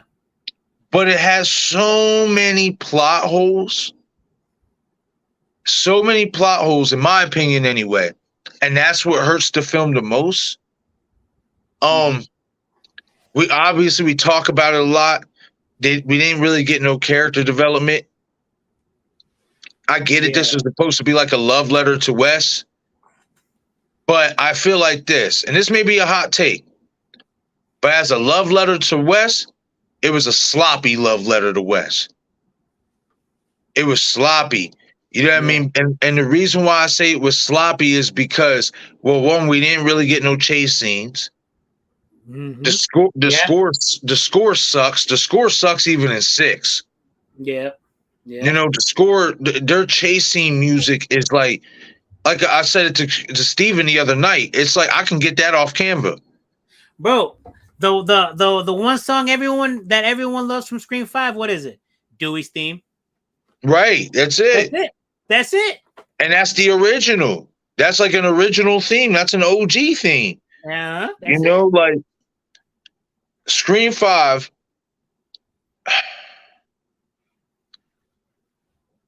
Again, it's a watchable film, Yeah. but when you really go back and look at it, man, this shit is campy as a motherfucker, man. And the Yeah. reason why I say it's campy, this was the campiest moment I've ever seen in a Scream franchise. Mhm. Is when Samantha is running out of the break room. Yeah. And please, somebody help me. There's no tears. And Yeah. there's nothing, and you can chalk that up to Melissa Barrera. That was terrible acting in that moment. Yeah. But as directors and as creators, you're supposed to direct them in a certain way. Exactly. You know what I mean? Like, I'm sorry if I was the director and I seen her do that take. All right, we're gonna reshoot that. All right, this is how I want you to run. This is how I want your face to be.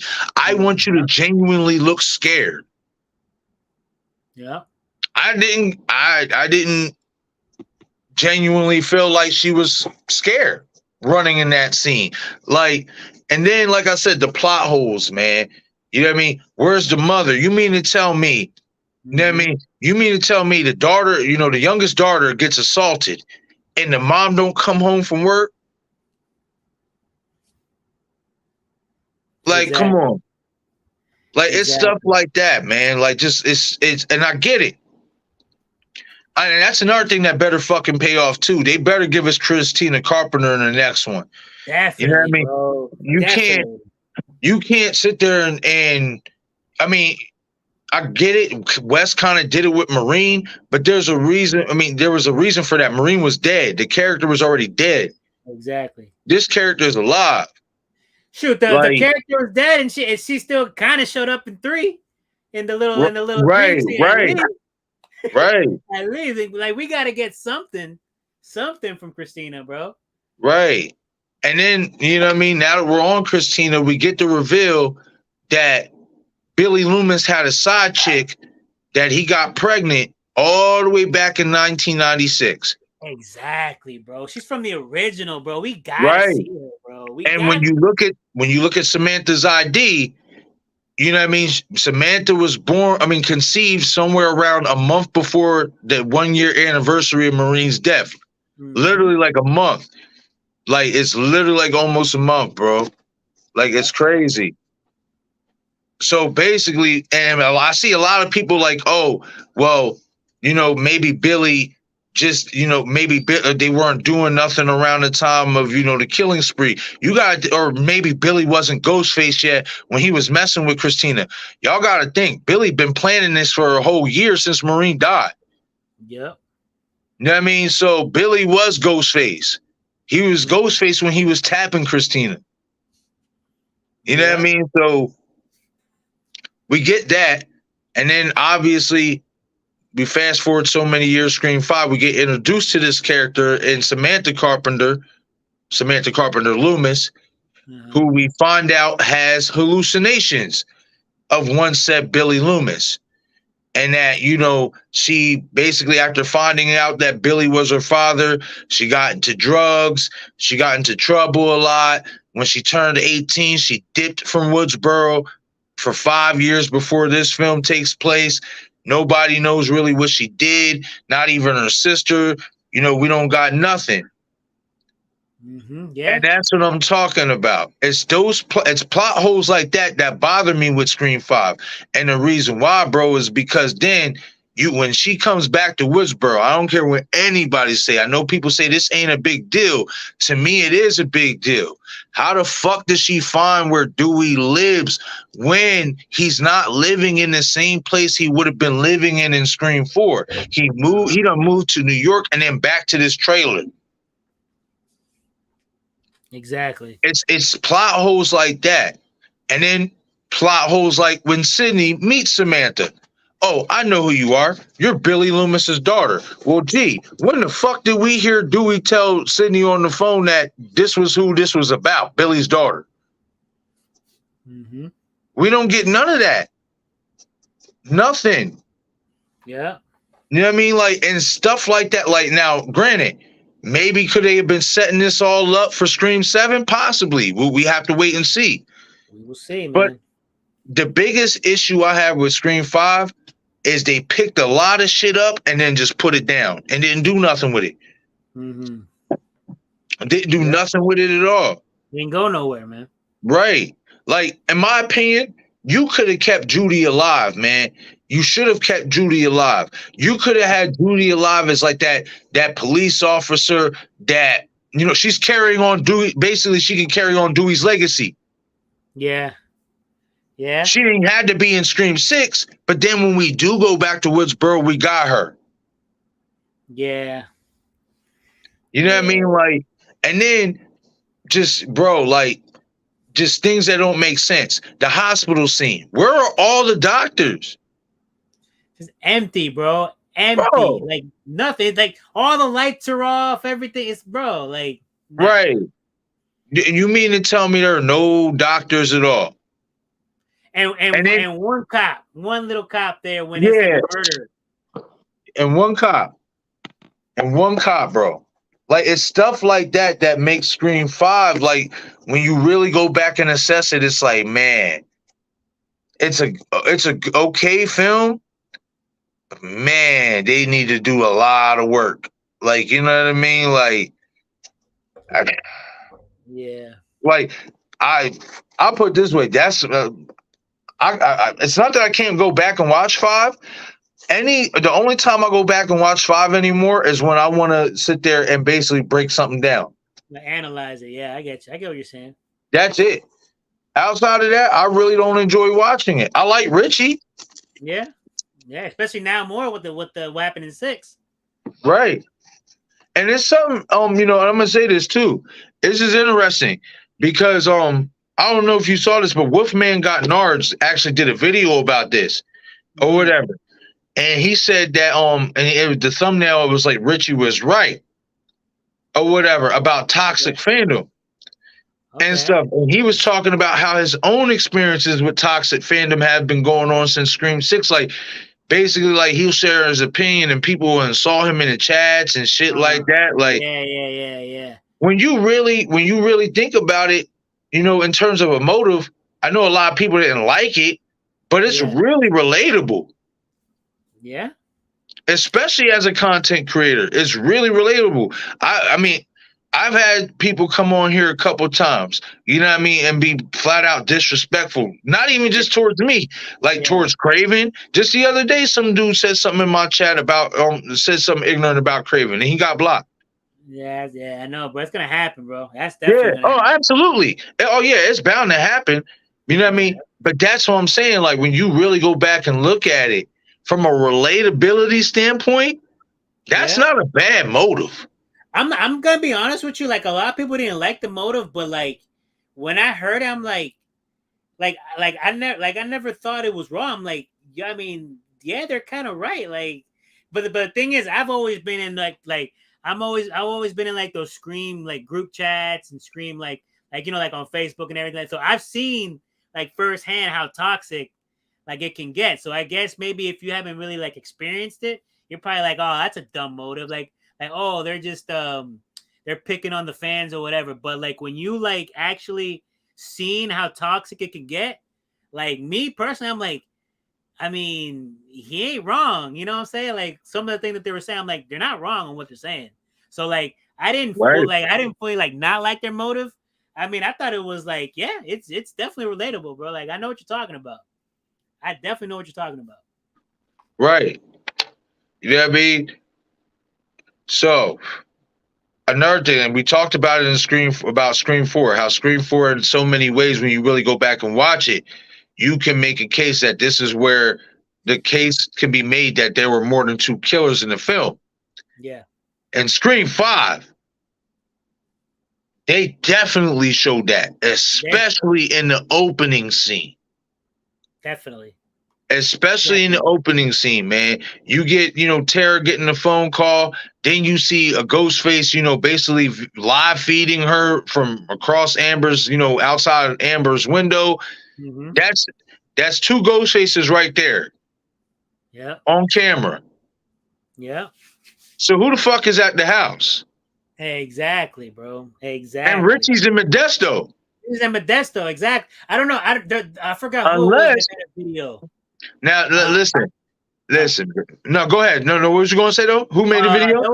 I think it was Craven had this guy on a live stream. Zach Cherry. Okay. Yeah, he made a video. I remember. I know what you're talking about. Yeah. That it was like it wouldn't have been possible for him to drive to, like, even if it was Richie, it would have been possible for him to drive to where he was at right to Tara's house and back without Sam like realizing or whatever. So I mean, that's one thing. So I don't know, man. I think there was one more, bro.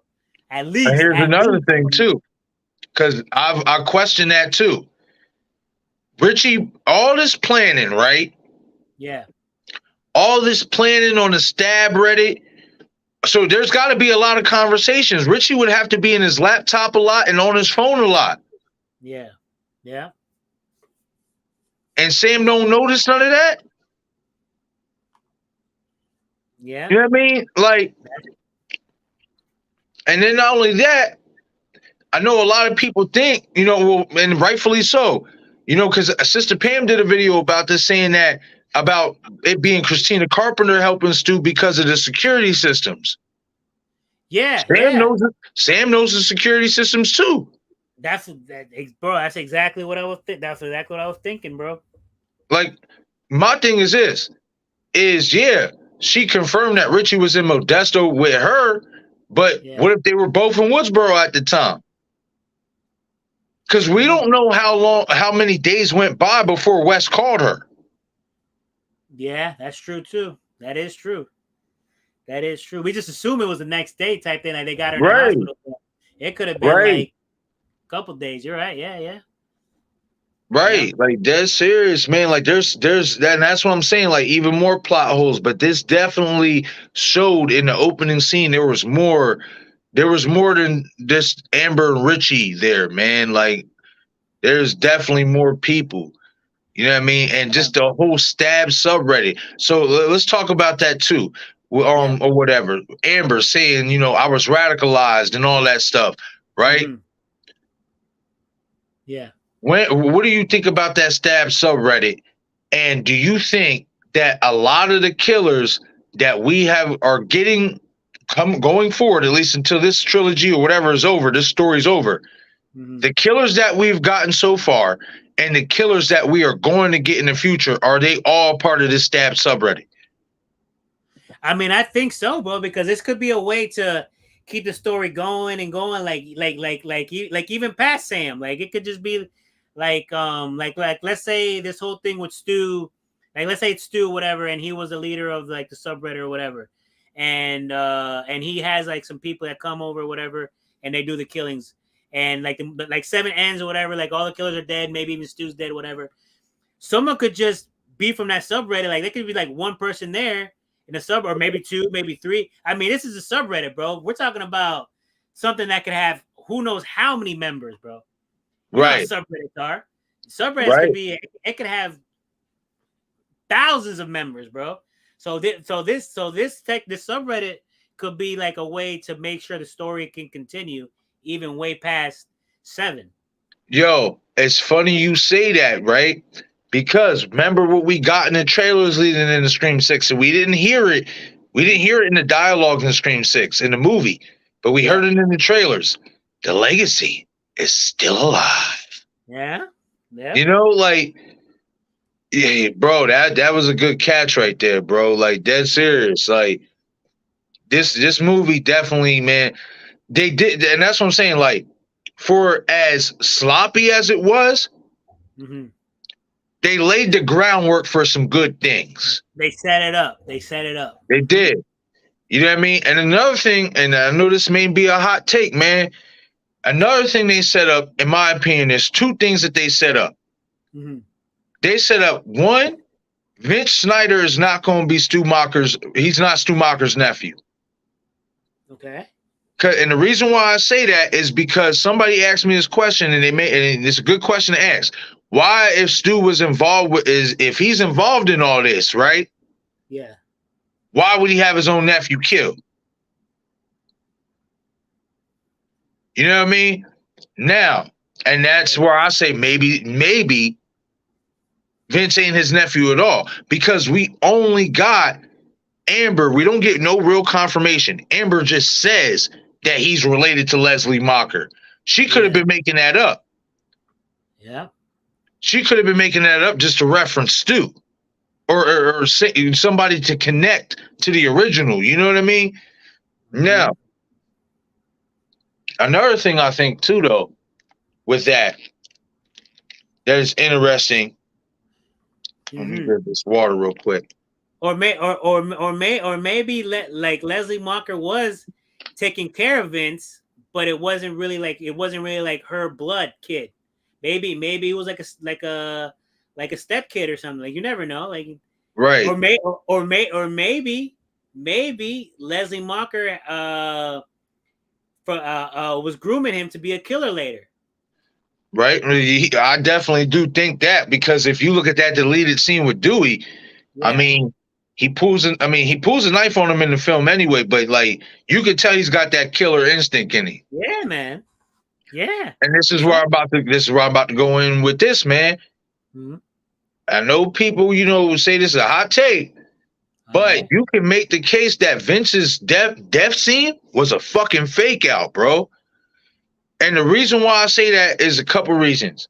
Mm-hmm. Is one, all right, we in updated times now. You know what I mean? And stuff.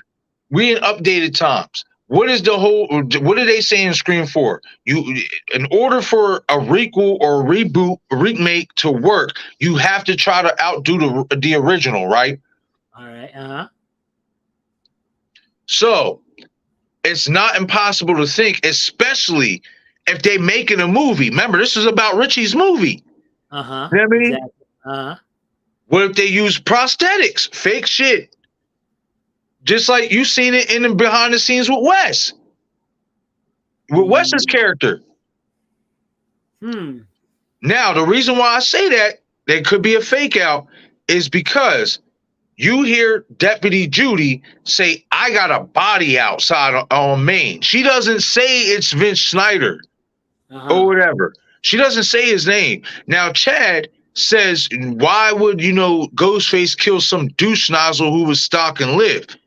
But again, you don't get his name. Okay. For all we know, that could have been a fucking fake body, man. You know what I mean? Like, that death always seems suspicious to me. Why would you kill Vince? Especially if Stu's his uncle and Stu's alive. That always did kind of, like, I was like, why would they kill him off like that? Like, this is Stu's nephew. It's like, you would think they something like a little bit more. And plus the actor who it is, Vince Snyder, you would think they'd give him more, but then they just kill him off. Like, I don't know. That death always rubbed me the wrong way, though. I'm not gonna lie. But this is another reason why I say this, though, bro, that Vince might not be Stu's family. And this is the reason why I say this is Vince looked like Billy, bro. Now, I'm not saying he's Billy's family. I'm not saying that. Okay. Yeah, you're right. But the image of Vince, he looked like he would be more related to Billy. Wasn't he wearing plaid too? Yeah. I remember he's wearing that cutoff sleeve.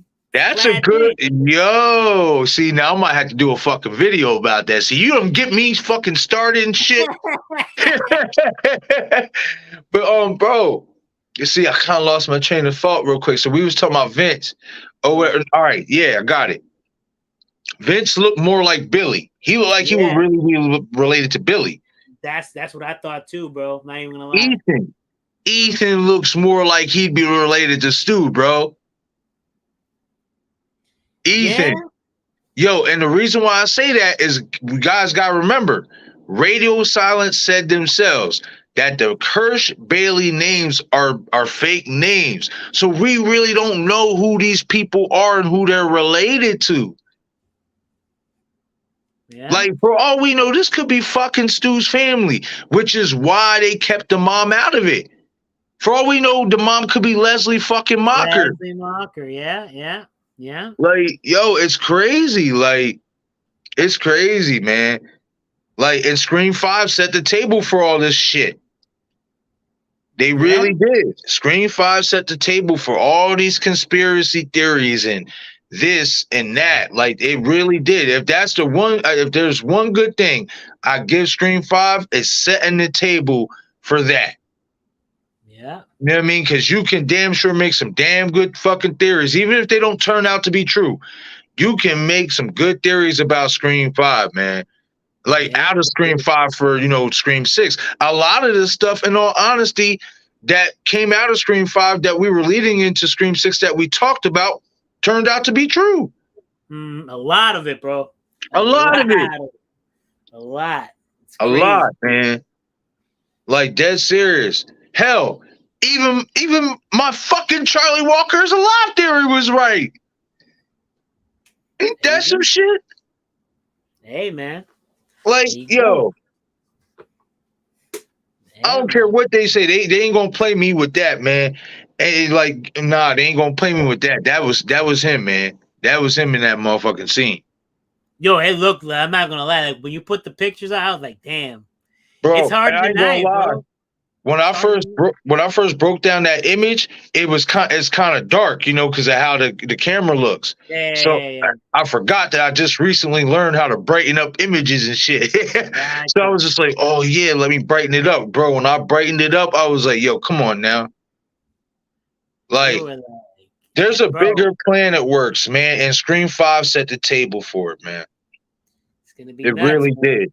It's gonna be nuts. Okay. So, okay. Before we move on to Scream 6. Yeah. Do you think, all right, so let's go to the end, let's go to the final act of Scream 5 for a second, right? All right. Who do you think called Sidney Prescott? Oh, the one where she was walking up the stairs with the gun? Yeah, bro. Because it wasn't Amber or Richie. She would have heard Amber in that closet. That's what I'm thinking. Yeah. Like, she would have heard Richie. We would have heard Richie. Yeah, I'm not gonna lie. Like, I thought, like, at first I did think it was Richie, but then, yeah, you're right. She would have heard him, right? She would have heard him, and he had no phone. She shot him. Remember, she shot him. Yeah. Shot him right in his kneecap. And he screamed. So if that was him on the phone, she would have heard that scream through the phone. Exactly. Yeah. And that wasn't Amber. So maybe it's someone in the shadows, man. Bro, listen. And then this is another thing, man. And we get that unknown caller on that cordless phone, right? Yeah. Now, but this is what is interesting though, too. And in between that time where Sydney is going up the stairs, where the fuck is Samantha at? And we know Samantha has Sydney's cell phone because she, you know what I mean? Sydney called her. Mm-hmm. Oh, yeah. Okay. Sydney called her. You know what I mean? Like, bro, listen, man. And then Samantha's the one to tell Richie, that's for you. When the call comes in. Now, see, this is what I'm talking about, her being involved in all this shit, bro. Because if she is working with Stu, especially if what Richie was, if they were all working together, but Richie went rogue with Amber, that would make sense You know what I mean? For because he's fucking up the plan. Exactly. He's fucking up Yeah, the whole man. plan. Exactly. Like, you know what I mean? Like, bro, Hey, man. Let me tell you something, man. These man, listen. Scream 5, when you go back and rewatch it, you can make a lot of shit out of it, man. There's some shit going on, man, and it expands a little bit in Scream yeah. 6. It definitely gives us a taste of that expansion in Scream 6 for sure, man. Like it definitely does. So let's segue into that and Scream 6, because I say it's 3:36. I know I had some technical difficulties, so I want to try to make up a little something. I say we probably go to like, I want to say 4 o'clock. No, we'll go another 24 minutes. Okay. You know what I mean? Right. Yeah, we'll go Gotcha. another 24 minutes and All right. stuff like that. So, you know what I mean? Because I ain't even gonna lie, my man Dino held it the fuck down when I was going through my shit. You know what I mean? No problem, man. No Yo, problem. people gonna watch this stream and be like, yo, fuck, what's going on with Marcus or They're whatever? like, who the hell is this guy? Whoever the fuck he is, he's solid. Shit. Right? Like, yo. That's crazy. So I'm about to say, you seen Scream 6, right? Yeah. Oh, yeah. Yeah. All right, word. Okay. So obviously, let's start with the opening. Yeah. Bro. Different. Definitely different. Mm-hmm. But this is something that even Bearded touched on, and I agree with him. Mm-hmm. They fucked it up by letting Tony do his voice. If they would have stuck with the original plan and just had Ghostface talking the whole time, yeah, bro, could you imagine how much sweeter that scene would have been? Because then it really would have had us guessing, are we going to follow this motherfucker throughout the whole movie? Bro, it was, yeah, man. Yeah. Like, it's true. I like it though. I still like it for what it is. Yeah. You know what I mean? Like it was different, man. Bro, I'm not even gonna lie. When this dude pulls off the mask, bro. Right. Bro, I was like, what? Like, what? Bro, I was so shocked, bro. I was like, wow. Yeah, me too. I was like, because at first I didn't make. At first, when you're in the theater, you know, and when I'm in the theater, I really couldn't make out the voice at first. Yeah. Exactly. And then when he pulls off the mask, I'm like, oh, what the fuck? Exactly, bro. I'm like, okay. All right. You have prop back in the chair and I was like, oh shit. All right. What's going on here? You know what it was? You know what it was? Because you know how in Scream 5, how he kind of like talks normal. Right. And he doesn't really sound like you know, like the ghost face. So it was kind of like that to me. Like I just thought it was just him like talking normal, just like a different voice, you know? Like he was just like I didn't really think it was Revelori after. Like I didn't really like even like put that together. Because you know, you're not thinking, oh, they're gonna give up the ghost face in the beginning of the movie. So you're not even thinking about like trying to cast the voice or whatever. You're just thinking, okay, like, you know, you're just hearing it, whatever. You're just watching the movie. But man, when that guy pulls off the mask, bro, I was like, oh, bro, my jaw hit the floor, bro. Yeah, it was good, man. It still is good for what it is. Yeah. You know what I mean? Like it was something. I love the fact that they tried something different.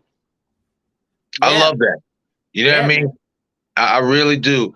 And in so many ways, because of that, we got a total of 5 Ghostface killers in this movie. I know Greg didn't do nothing. He was diced up to itty bitty pieces in the fridge, but still, like, they again laying the groundwork for a cult. Because obviously these, I mean, for what we know, I mean, we can speculate, especially with Jason Carvey, you know what I mean, that he might have been part of this stab Reddit, you know what I mean, and stuff like that. But they all weren't working together. Yeah. So who do you think was the one that killed the Revelori and the thing? You think, because people say that it was either people think, because you know, I thought it was Bailey, but people think it might be Ethan that did that. Bro, I'm gonna be honest with you, and I'm gonna do a video about this later in the week. I'm starting to think it was Ethan mainly the whole time.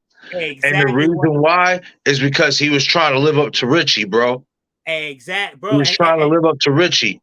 and you know why I feel it wasn't Bailey? Because Bailey, all right, Bailey loved Richie, and Bailey remember how he was like, oh, did I indulge in my son's uh uh stab fantasies or whatever too much? Maybe, Yeah. like I feel like he wouldn't have said that line, like who get like because he said, oh, what about Richie's movie? And then what did he say? Like, I don't who gives a F about Who a gives a movie? fuck about movies? Yes. But it's like, would Bailey really have said that when it's referring to Richie's movie? That's a good point. I feel like Ethan would say that because he kind of resents Richie in a little in a type of Right. way. Right. Like his Plus, dad we is got that dialogue on the phone when he's like, he's like, but she wasn't just, an animal, Jason. She was a person, our film professor. You know what I mean? Like, there you yeah, go. you could definitely make the case that it was Ethan, man, especially Yeah. now throughout the whole movie. Like, and in all honesty, man, like, if that is the case, bro, you got to put him up there now. Yep. You know what I mean? But I do think the bodega scene though was Bailey. I think the bodega scene was Bailey. I'm gonna be honest, I don't. I think that was Ethan, and the reason why I say that is because Bailey wouldn't have had time. He was at remember he was at Jason's house. Okay. He just told Samantha that he had her come down to the station or whatever. It would make a lot more sense if that was Ethan because he's so close. Okay. Yeah, no, the reason why I thought it was Bailey was because it just I don't know, it's like the way the Ghostface was acting in that scene, it seemed very tactical, like a cop. Like No, the I way agree. I thought the same thing too, bro. I thought the same thing too. But then this is another thing you gotta think too. Ethan's a cop's son. So maybe got trained by him, Maybe he's learning some shit. You know, and plus, especially if they playing in this shit, I'm sure Bailey was schooling him. I mean, which is why at the end he told both of them good job the way he did. Mm-hmm. Yeah, you could make a case of that Ethan did everything, right? Yeah, you can, man. I'm leaning towards that. Could be, man. You're right. I'm leaning towards it.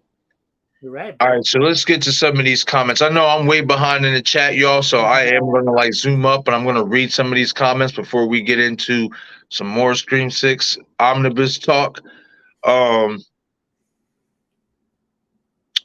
Scott Walker says, what are the chances Stu was in Scream 4? Then he was to kill the cops. What chasing when Olivia got attacked and killed by Charlie Walker? I mean, listen, if Charlie's in the closet and Jill's upstairs with Kirby, there's somebody else. Whether it's Stu or not remains to be seen. I mean, it's not impossible. You know what I mean? I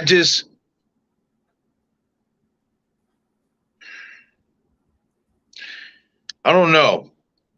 I just me personally feel like Stu, it would make more sense if Stu would have got broken out of prison after the events of Scream 4. That's just me though. Okay. What do you feel about that? No, yeah. No, I mean, yeah, like I said, like we do kind of have to look into I'm definitely gonna rewatch that scene to see if I find anything, but yeah, I feel you on that. I think if Stu definitely, if he was in jail or whatever, like it's definitely 5 where he started. If anything, 5 is where Stu was getting involved. Right. Yeah. All right, so Fats Curry says, I still don't get how in the third act of Scream 5 the phone rang and Richie didn't answer. Who was that? Yeah, man. He knew it was Stu, man. Stu was about, Stu was about to scold his ass. Yeah, like what the hell are you doing? Yeah, man. Like this ain't part of the plan, my man.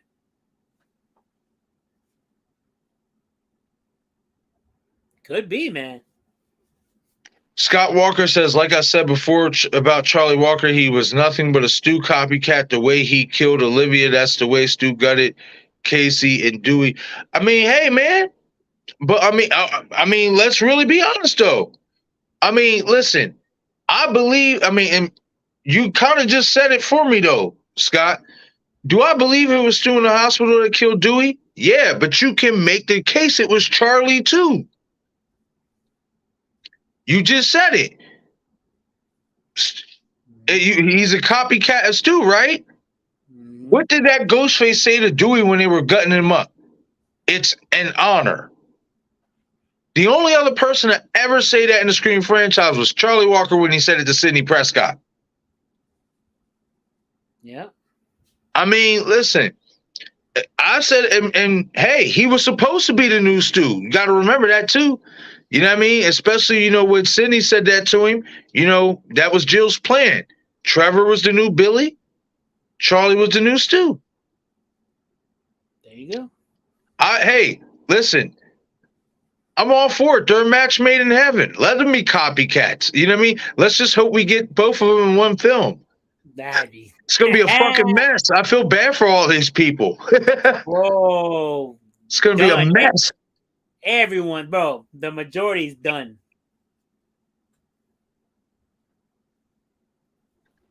Young Blade says the only thing they did good for Wes was the deaths. And 5, I thought they were close to Wes's style. I can agree with that. Yeah. Yeah, I can agree. Yeah. Also, Wes's death was pretty good, like in the the suspense territory. Oh, like, that was a fantastic scene. Yeah, bro. Like that one, you were for real. You're like every single like door closing, where you were thinking like, yo, is he gonna be behind there? Is he gonna be back there? Like that was a good one. I could give it to I give it to them for that one. Right. Hell yeah. That was a really good kill. I like that. And plus, it's just a slow burn. Like as soon as a knife is just slowly going through. That was crazy. And stuff. Yo, that shit, that basically, in so many ways, that shit was a real knife, like going into his shit. Yeah, man. Yo, they said if a couple more inches the wrong way. That's crazy, bro. Yeah, bro. Fucking shout out to Dylan Minnette for risking his life for that scene. Yeah, bro. And you know what's crazy? Like what if they accidentally did like the blood will start coming out? So like, what if they accidentally cut? Like, would they know? Like, because he's actually holding them down, right? Or like what's happening? Like safety. Say that again. Say that again. Like let's say like he's doing like the knife thing, and like let's say it did go wrong, right? Like how would they know? Like, you get what I'm saying? Like, yeah. Oh, like with the whole knife thing? Oh yeah. No, bro, because what they did, right? They just put fake prosthetics with blood in it or whatever. They basically like molded it to his neck. I won't say molded it, but they stuck it on his neck. Bro, that was a real knife that was going into that shit. If that shit would have basically that whoever was putting it through his throat would have just fucking one wrong move, that shit's real, bro. One wrong move. I hope he got paid well, bro. Oh, I'm pretty sure he did. I'm pretty sure he did. He probably got a bonus check for that shit. Right. But Blucker says, what if Christina was Leslie Mocker's friend in high school? It's not impossible. I mean, we don't even know if Leslie and Sydney went to high school together or went to school together, for let alone high school. Yeah. We don't know Christina. You know what I mean? For all we know, Christina and Sydney never met. Yeah. It's very possible, man. Yeah. That's very possible. Scott Walker says, out of all the killers in the Scream franchise, Stu Macher is the greatest Ghostface killer. He's the only one that survived all the movies, and he's going to return to 7. Well, my friend Scott, I don't disagree with you with that, but I will say this. If Samantha Carpenter is revealed as a mastermind Ghostface, then we have to start having a discussion about this. How's the greatest? Because I mean, you're talking about somebody who's, like masterminding this shit. Like, and I'm not saying Stu isn't a mastermind, but let's really be honest here. That wasn't Stu's strong point. Yeah. That's You know what I mean? It wasn't his strong point. Stu's not a planner. He's a doer. He just does. Mm-hmm. So if it is revealed that, Samantha's, been in cahoots the whole time, even with Stu, I think, we're going to have a discussion. Like, Yeah. That would be fucking nuts, man. Because then you got to think of it this way, Scott. She's basically completing the movie for Billy and Stu. Yeah. Without her, as far as we know, especially if she helped bust Stu out, without her, this probably don't happen. We really don't, because without her being Billy's daughter, we don't have no story. Exactly. I mean, but I get it though, because he's an amazing Ghostface. He's my number 2. Yeah. I got Billy ahead of him. I do. Yeah. I could agree with that. Blanca says Scream 5 motive was just remaking a movie. The reasoning was toxic fans. I agree with that. Yeah.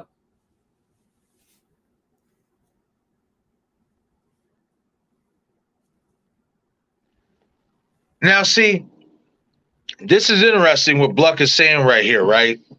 He says Scream 5's plan was to frame Sam. The motive was to recreate the original, and the reasoning was toxic fans. Well, the reason why I say this is interesting is because Scream 6 was about framing Sam as well. Yep. And only this time around, according to Bailey, all the best lies are based on the truth. Mm-hmm. She's a killer. So I'm saying, man, like, we got 2 films where this girl is being framed. Yeah, and what happens? She makes it out. And she kills these motherfuckers. And I'm not just talking about she just kills them in survivor mode. She's fucking destroying them. Mutilates them. Bro, like, it's like Randy said about her dad. Now you're telling me that's not a killer? Yeah. And then they're talking about, and Radio Silence is talking about, and they even said this, it's not going to change. It's all about her accepting that she's a killer. Yeah. So the way I take that is this. If she is already a mastermind, okay, so as a mastermind, she concocted this plan for all these people to do the killings for her because she was battling with, can she be a killer or not? Mm-hmm. But then, obviously, when desperate, times calls for desperate measures, and she's got to, survive, she uses that to her advantage, but not just to survive, to bring that side out of her. Because that's what she wants. She wants to slowly work her way into it. You know what I mean? I'm telling you, man. Listen, this girl. What? Yo, you know what I'm thinking? Yo, what if she has like a split personality, bro? Like at some point she wants to be the killer, and at some point she wants to be the hero. So she's actually being both. I mean, hey, it's not impossible. I mean, that them lyrics for that song basically imply that. They said, it said she's playing a role where she's both the killer and the final girl. Oh, damn, bro. What? Yo. Oh, did you see that video, Dino?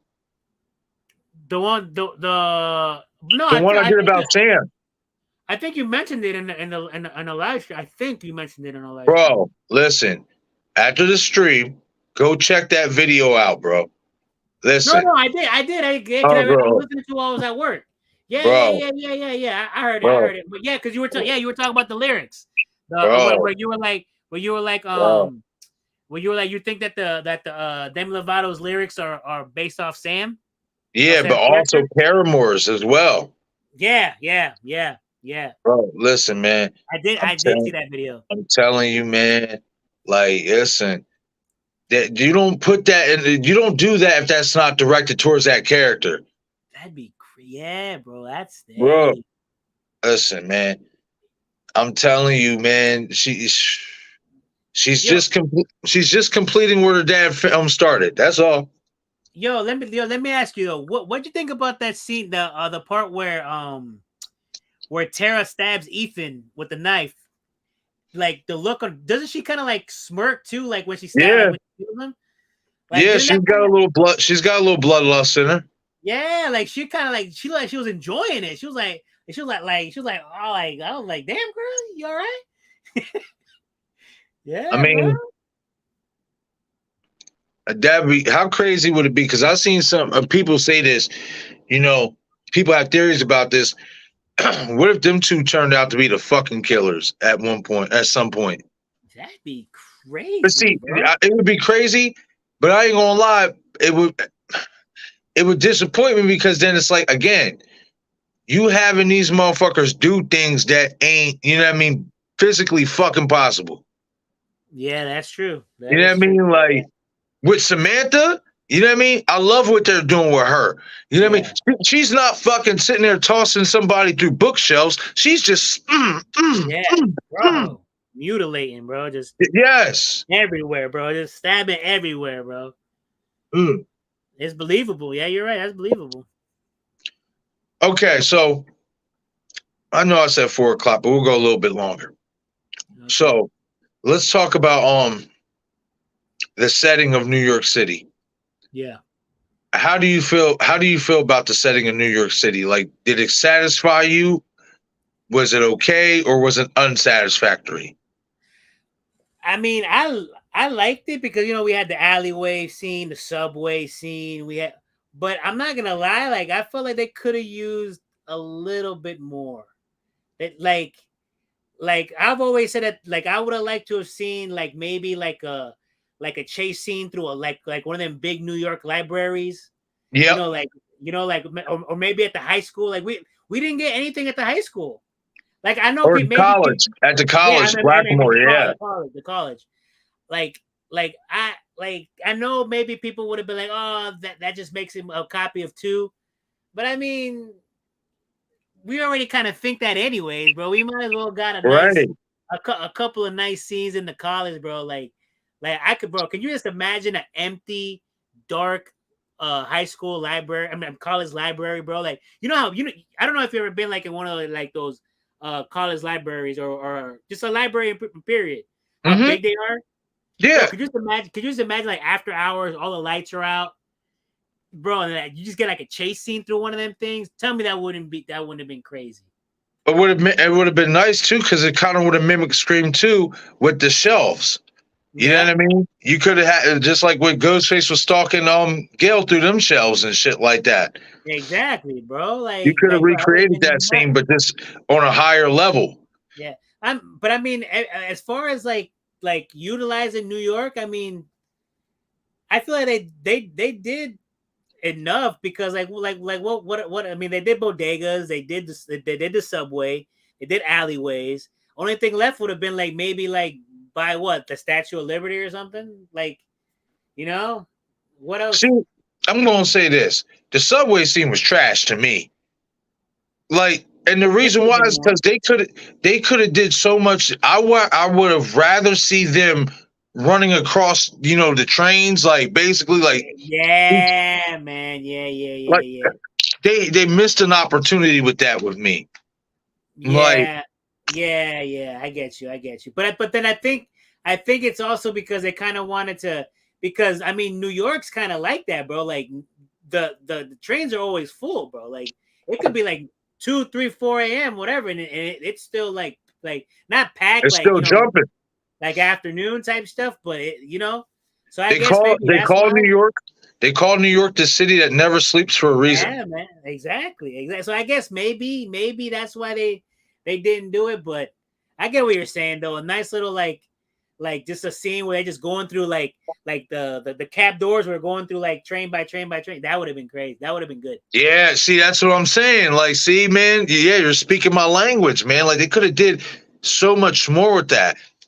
Like, That would have been nuts like that. Cause like, could you imagine like a scene where like Mindy's like running away from his ghost face? She's running, she's going in between carts, and then yeah, she just runs into one and she just gets stabbed. Like runs in and there's one already waiting. Just stabs. that her would have right been in. nice. You know what But else would have been nice? Yeah, A taxi chase. that's another good one. Attack. Yes, attack. Yes, attack. That would have been sick. That well, I think it was it Bearded? Bearded was talking about that it didn't really feel like they were in New York. Like you knew they were in New York, but Right. it was because like you know that you could have had like a taxi scene or whatever. Right. Yeah. I remember. Yeah, he's right. He's right though. Hell 'Cause, yeah, like, man. Like, when you man, think that's New York, such a what do you missed think? opportunity. What do you think? Them big yellow cabs, bro. Yeah, exactly. We didn't even see one of those, right? Or did? Hell no. No, we did when Tara and them got into it after Okay. Tara punched Gail.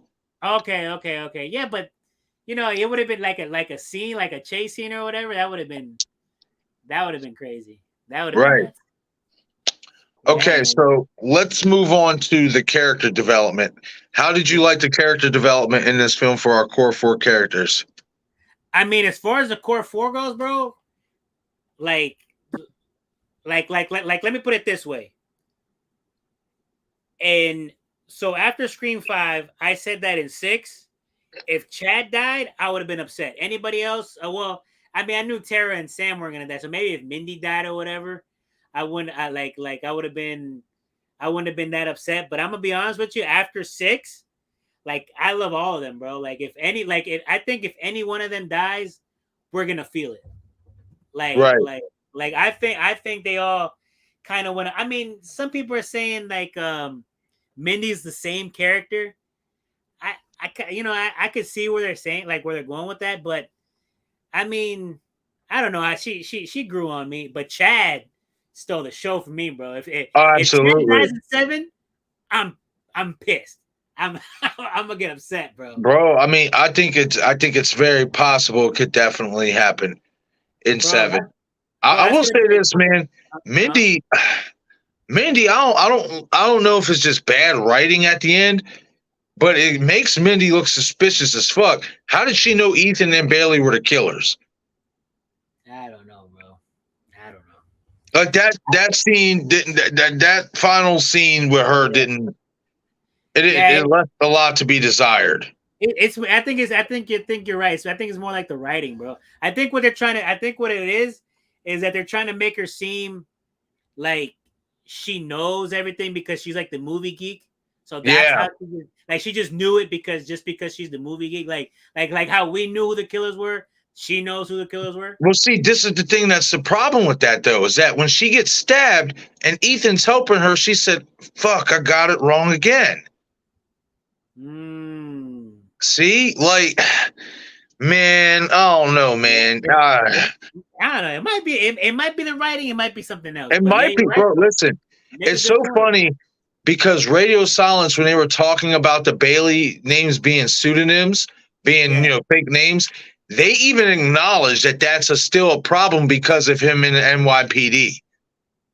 Yeah, I mean it is. So that's a writing mistake. It's like, yeah. These guys got to get better. They got to tighten that shit up. Yeah, man, they're making too many plot holes, bro. Yeah, absolutely. Like that's just too much. Like that's too much when you don't have to make it that difficult. But I'm gonna be honest with you though. I think that's more of them having to switch the script up because of Sydney not being in it. It might be that.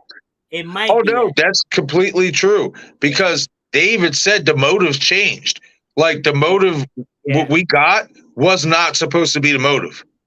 Got you. Yeah. See, there you go. So you can only wonder what the hell was that original script supposed to be. That's I'm always like, now I want to know what the original was, bro. You know, like it's always that. What if? Right. Okay. So let's talk about. Okay, so let's talk about characters before we wrap it up tonight. Yeah. Let's talk about characters in Scream 6 that makes you feel the most suspicious going into Scream 7. Okay. All right. So you want me to start? Yeah. I mean, even I'm not gonna lie. Even though Sam drops the mask, I'm still like, I don't know. Even like I don't know, man. She definitely got some suspect on me. You know who I don't trust? You know Who? who I don't trust that Danny Me dude. neither. Bro, I do not. I don't care. I don't care if he came back with the cops. I don't care if he seems like the nice boyfriend. I don't trust him, bro. If he's in 7, I'm gonna be sus to him the whole time. Bro, I don't buy their whole stick together. You mean to tell me that 6 months after you almost got killed by your previous boyfriend, you moved to a new city and you just up and start sleeping with a guy you just met? Bro, that's exactly how I felt. Well, the thing is, so here's what I thought. When they would show the new guy, I was like, Yeah, okay, I see where this is going. He's gonna try to talk to her. She's gonna be distant, and she's gonna be like, no, I've already gone through a horrible relationship, whatever. But and he's gonna go the whole movie trying to win her over. But then I'm like, then you see that they're they've been messing with each other for months right, already. I'm like, nah, bro. That no, she wouldn't have been that trusting, bro. No way. Even right. though she didn't trust him at the end, but still, it's like, nah, man. You know There's another something thing. fishy there. You know what's another thing that's funky, bro? Why did she still have Richie's number in her phone, Yeah, that's another thing. I didn't believe that. Oh, I forgot to delete it. Crap. I didn't bro? believe it. I'm gonna tell you what I feel like is happening, right? And I could be wrong. You know what I mean? But just from what I see in these first two films, you know what I mean? We all got to keep in mind is this. Samantha knows the Stab franchise. She knows it. It's her father's legacy. Yeah. Even though he was the original and was only in one, the entire franchise, Stab franchise, is revolved around Billy's legacy. Mm-hmm. So if the events from Scream, the first 3 Screams, the original trilogy, are on film in Stab, Yeah. well, if Samantha's a mastermind, then she knows for a fact that Richie's family or his dad, somebody from his family is going to come after her. Mm-hmm. She knows this for a fact because you watch the movies. Exactly. Yeah. You know what I mean? So you were already expecting this. Mm-hmm. You don't keep that number in your phone for no reason. And this is why I say, in terms of her being a mastermind and kind of using these people, she knew Richie's family was going to come after her. This is her reasoning and her way to kill again, while also making herself seem like the final girl. Just like what she said to Detective Bailey, they're going to believe probably the one who's still alive. Oh, bro. Bro, listen, Yo, it's getting deep, bro. yo, bro, they gonna believe the one who's still alive, motherfucker. I'm gonna kill you without. This is why I say when he said to her, all the best lies are based on the truth. What I took from that is Richie obviously had a deep bond with his dad, especially with these Stab films, right? He would have told his dad if she was in on it. Yeah. Damn. Maybe he told his dad, she's doing the movie with me. Yeah. Yeah. Bro, this chick, and then the fact that Radio Silence they even said it, her dropping the mask isn't her moving on. It's just it's a sign of acceptance. Acceptance, exactly. You know what I mean? It's a sign of acceptance. So what I take that is this, is even if she was a mastermind before killing, she was battling with whether she can really be a killer like Billy or not. And she had to find a way to test herself. Well, she got tested because Richie fucked up the plan. And now, because Richie fucked up the plan, you know what I mean, and shit like that, Melissa even said it in an interview, like when she stabs Richie, at that moment, she just snapped. When she's killing Bailey, she's in the know. She's completely aware. Yeah. Like, yeah, man. Like, and that's what I'm saying, man. Like, you know what I mean? When me and Bob have had debates about this and stuff, and he's like, you know, because of her mental health. I'll say it again. I think she's faking, bro. I think she's faking, because this is another thing that if you caught this too, right? Remember the whole point of her taking the pills was so that she don't see Billy. You didn't see her not take one fucking pill in this movie, and she still saw this motherfucker. That's true, bro. That's true. I've been saying this in Scream 5. The pill is a corn syrup, so to speak, man. Shit, the going to the fucking therapist and all that shit's all a fucking act, bro. Like, all of that shit. You know what I mean? Like, her boyfriend, you know what I mean? They to me are the two most suspicious, and Kirby are the three most suspicious characters going into Scream 7. I don't trust none of one of them motherfuckers. Not one of them. You know what I mean? Yeah. And now, could I be wrong about Danny working with Samantha? Because that subway scene, it does imply, at least in my opinion, that he was signaling another Ghostface off. Sure.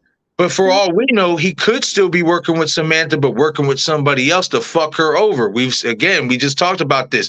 Ghostface killers turn their back on each other. Exactly. No honor among thieves, bro. That's right. You know what I mean? So it's like it's crazy, man. Like, but overall, like, what this film did for me was two things. It laid the groundwork for an official cult to be involved in Scream 7. Mm-hmm. It laid the groundwork officially by having 5 killers in this movie. Gotcha. You know what I mean? And shit.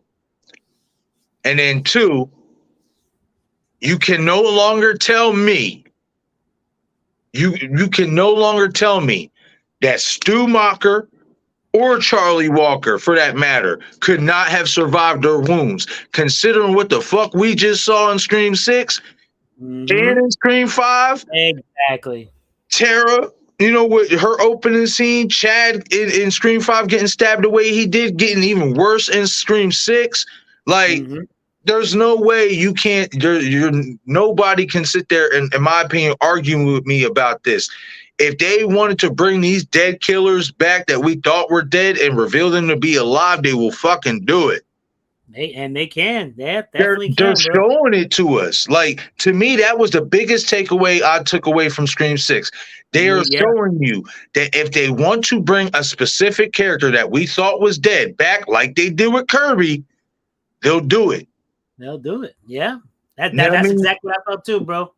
As soon as I found out Chad survived and all that, I'm like, bro, they're really trying to hammer home that people survive a lot in this. Yes. Like they could take a lot of punishment and not die. Right, man. Like, it's crazy, man. And hey, listen, I'm all for it as long as there's a payoff. And Scream 7, some of these motherfuckers got to go. Oh, so yeah, bro. They got to go. They got, bro, Scream 6. That's something else too. I felt Scream 6 was missing that really strong death. Like, you know, Dewey was the one in 5. 6, we didn't get that type of death, bro. We got, like, you know, like, I know, like, people think Gail might, but Gail survived, bro. Let's be real. Gail ain't right. She survived. Yeah. She survived. She definitely did survive. Oh, tell him he didn't get me. You know what I mean? Yeah, she survived. Yeah. You know what I mean? Like, it's what's going to be interesting though is, do they kill her at the beginning of Scream 7 to bring Sydney back? That's gonna be How are you crazy. going to get Sydney? My thing is this: how are we going to incorporate if they do get Nev to come back for 7? How are they going to do that? Bro, kill the Meeks twins' mom, bro. Ooh, that's a good one. Kill Martha, yeah. Bro, That would bring her brings back. back everybody, bro. That brings back everybody. The core 4 So do you and think? Sydney. So do you think we're going back to Woodsboro for 7? I mean, I like honestly for me, if we go back to Woodsboro, I think for sure that opening scene is going to be Martha Meeks. But if we're going Got you. somewhere else, I don't know how they're going to get everybody together, unless the next Scream is at where Sydney's hiding out. Yeah, that could be true. You know what I mean? That's the only way I see. Like, but then how do they get the core? Like what could happen there to get the core 4 to go over there? Right. That's the thing. You get what I'm saying? Like something that, like what? I guess what? Gail dies, maybe. But then what's Gail doing? Like, you know what I'm saying? It's like, I don't know. I don't know, because like, okay, like, because like I'm saying, like if the next Scream is gonna be at where Sydney's hiding, like what's gonna get Gail over there, and what's gonna get the core 4 over there? Right. You get what I'm saying? I mean, it's definitely not killing off Sydney. Oh hell no! Like, that's definitely not gonna be the opening scene. Right. It's going to be interesting, man, to see what happens, man. Like, I don't know. Yeah, I'm really interested to see where they're going to go for Scream 7. Now, I think that's the biggest, question on everybody's mind is the location. Bro, when Sam dropped the mask, I was like, okay, so she's putting it all behind, like, so that kind of shows to me, like I thought it was she was putting it all behind her, but like you said, it's about acceptance or whatever. Yep. But then it's like, okay, so where are we going from here? Like, if she at least took the mask with her, we'd be like, okay, there's something here. Like, you get what I'm saying? Like, She gonna get her own mask, bro. Yeah, you know what I'm saying? Like, oh yeah, maybe. She gonna get her own shit. maybe. But it's like, I don't know where they go, bro. Like what's next? First time in history you about to see a pink Ghostface mask. Let me stop. Like, for real though, man. Like, it's so fascinating, man. And that's one thing I gotta give Radio Silence credit for. Whether you like their style or you don't like their writing style, they still leave enough on the table that you want to think about the possibilities for the next film. Exactly. They do a good job at that, man. Like, there's some things they do need to tighten up. But Scream 6 is a massive improvement, in my opinion, over Scream 5. Oh, yeah, bro. What? It is. Much fun. There are some things, again, that they could have definitely tightened up. Yeah. You know what I mean? But altogether, it wasn't that badly written. Exactly. It really wasn't. Just some loose ends that needed to be tied up. That's all. Yeah, man. Like the whole thing with like it's a little 5'4" girl, or whatever, and they did some crazy thing, like throw a 6'5", 350 pounder. It's like, come on, bro. Like, y'all gotta tighten that up, my man. Yeah, man. That shit's gotta stop. We know we have our suspicions on who it actually is. Right. But you know what I'm saying? But still, unless you're gonna pay that off, my man, y'all gotta tighten that up. Right. Very true. Yeah, man. All right, so before we wrap this stream up, I'm gonna read a few of you guys' comments and stuff. I greatly appreciate you all for hanging out and stuff tonight, especially through my technical difficulties. Thankfully, we got Dino here that held down the live stream for a little bit while I got things together. You know what I mean? So, you know what I mean? This was definitely a great conversation, especially being I was able to get it together and come on and actually talk. Yeah, man. Yo, when you came back, bro, everything working perfect. Yeah, just shit. That's because I'm on this. I'm on the phone, and it's like the mobile network is strong. Gotcha. Yeah, and stuff. Yeah, so I'm on the phone. Again, I got to go out to Xfinity, see how much their Ethernet cords are, because I need a new one, because I need that for my live streaming. I need that, man. I got you, bro. I got But you. Scott Walker asks and says in Scream 6, would have loved to see a Ghostface chasing the characters in the subway tunnels. I think that would be pretty cool. Dodging trains, dodging Ghostface. What do you think about this? Yeah, I would That's a love good that. one. That's a good Fucking one. subway tunnels. Yes. That would have been, yeah, man. Good one. That's a good one, The bro. only thing they would have to really do though, if they were to did that, you got to give us a good score, man. Like, Yeah, bro. even if it's for that quick second, if you can get Marcos Beltrami's score in, cool. Yeah. You know what I mean? But I love the idea though. That would have been sick. Yeah, man. It's pretty good, bro. Pretty good. Vladimir Pacheco, Danny is killer in Scream 7. Hey, I'm not against you. I definitely do think he is suspicious for sure. I'm sus on that dude, bro. I don't trust him. Scott Walker says, what are the chances after Sam drops the mask, we see somebody pick it up? I know you see that, but what are the chances somebody picked it up and maybe it was Stu and we will see that mask? It's really not impossible. I mean, I've seen a lot of people think that could be the case. I mean, I'd rather they not show us. You know what I mean? Because then I think it would be a little bit too obvious. You know what I mean? That it could be Stu anyway, or somebody who would want that old worn out mask. But I mean, I can see somebody picking it up, and hopefully they just wouldn't show us. I wouldn't be against that. Yeah. Hold on, give me one quick second, guys. I'm going to head to the bathroom before we wrap it up. Alright.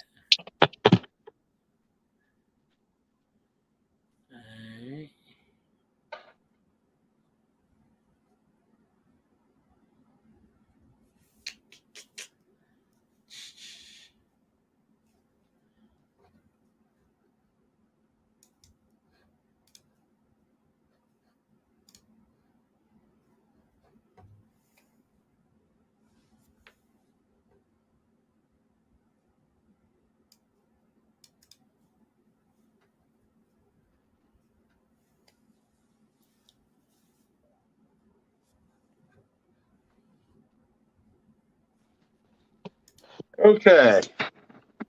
All right, so let me get back to some of you guys' comments.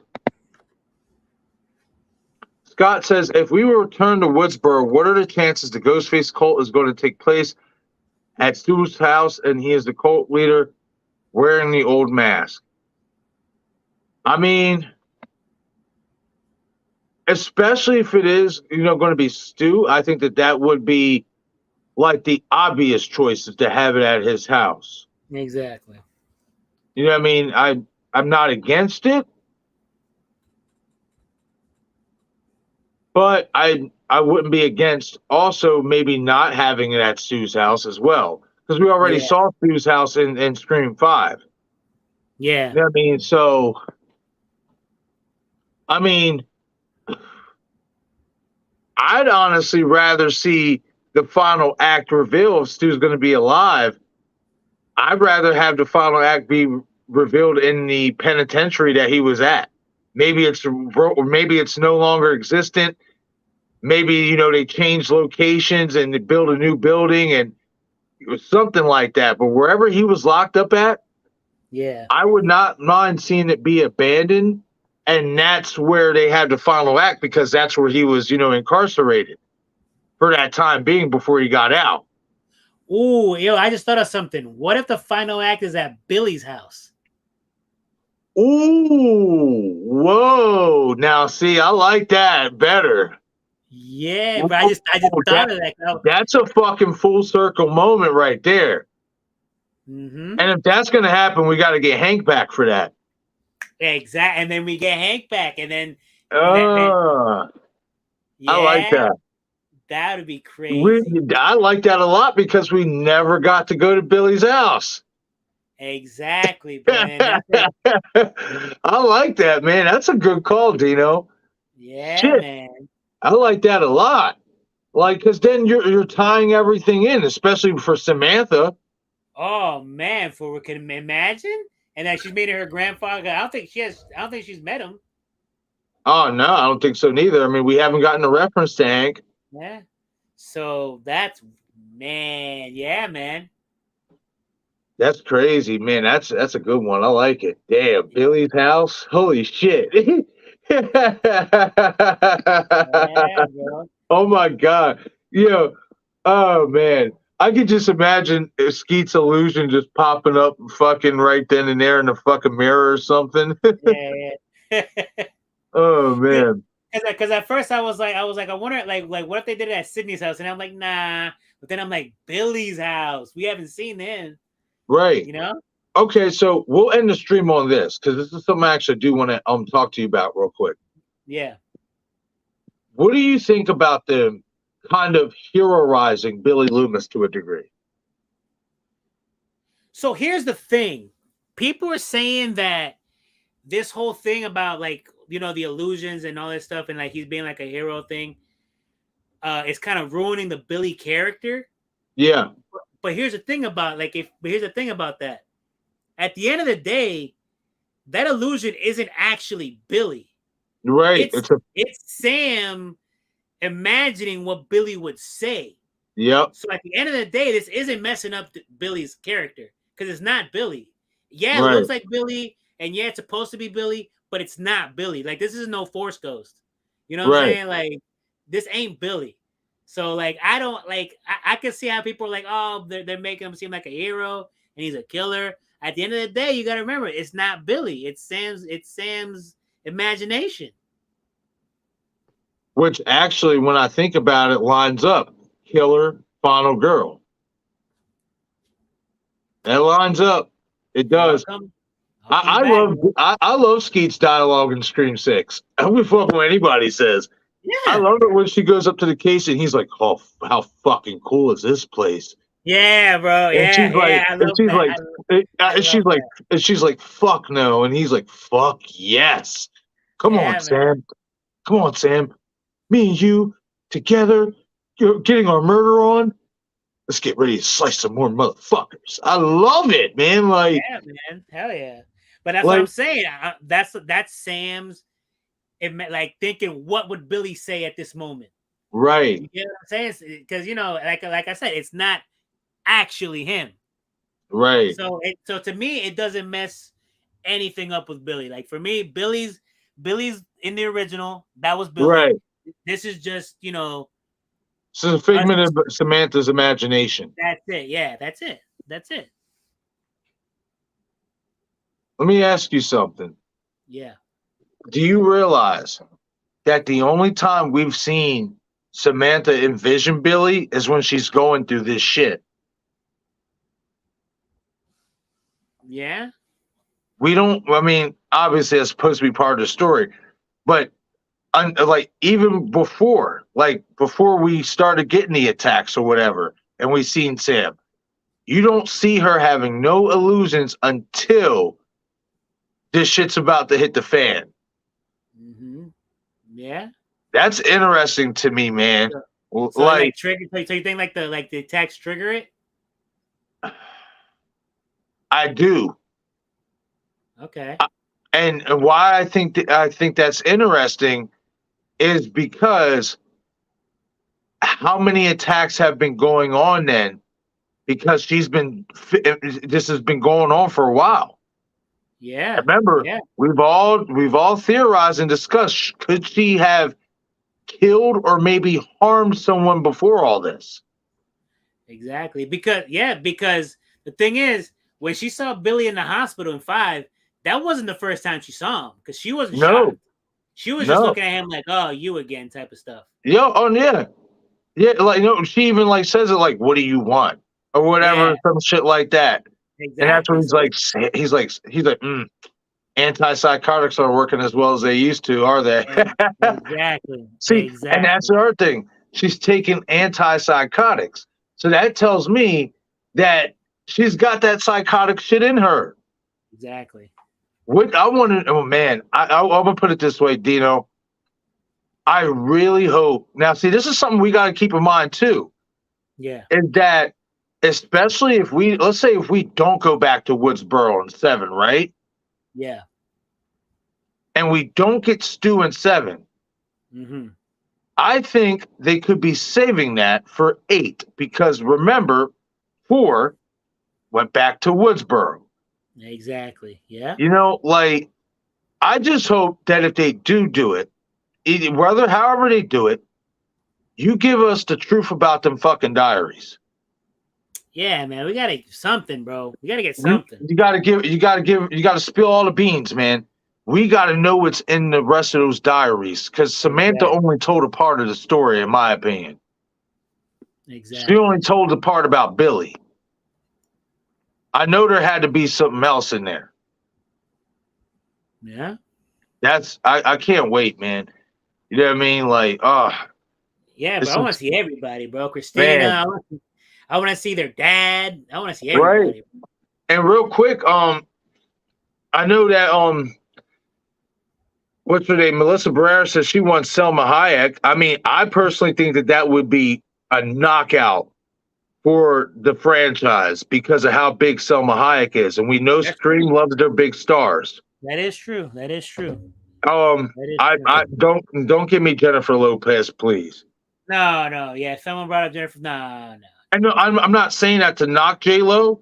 This isn't her type of movie. It wouldn't. I don't think it'd fit. Yeah. She's not a fit for this movie. She would never fit in this type of movie. I mean, she has done thrillers before, but yeah, I'm about to say, but how many horror movies has she done? Yeah. It's a different realm. You know. Yeah. Salma Hayek could probably kill it. Yeah. She'd fucking kill it from dusk till dawn. Yeah. She has experience up there. She knows what it's like to be in a horror movie. Yeah, and if she has like any like let's say she is like a killer, she could play like that screaming psycho face. You know, like I've seen her do that before. Like right, she could really play that up well. I wouldn't be against Michelle Rodriguez though, neither. She's amazing.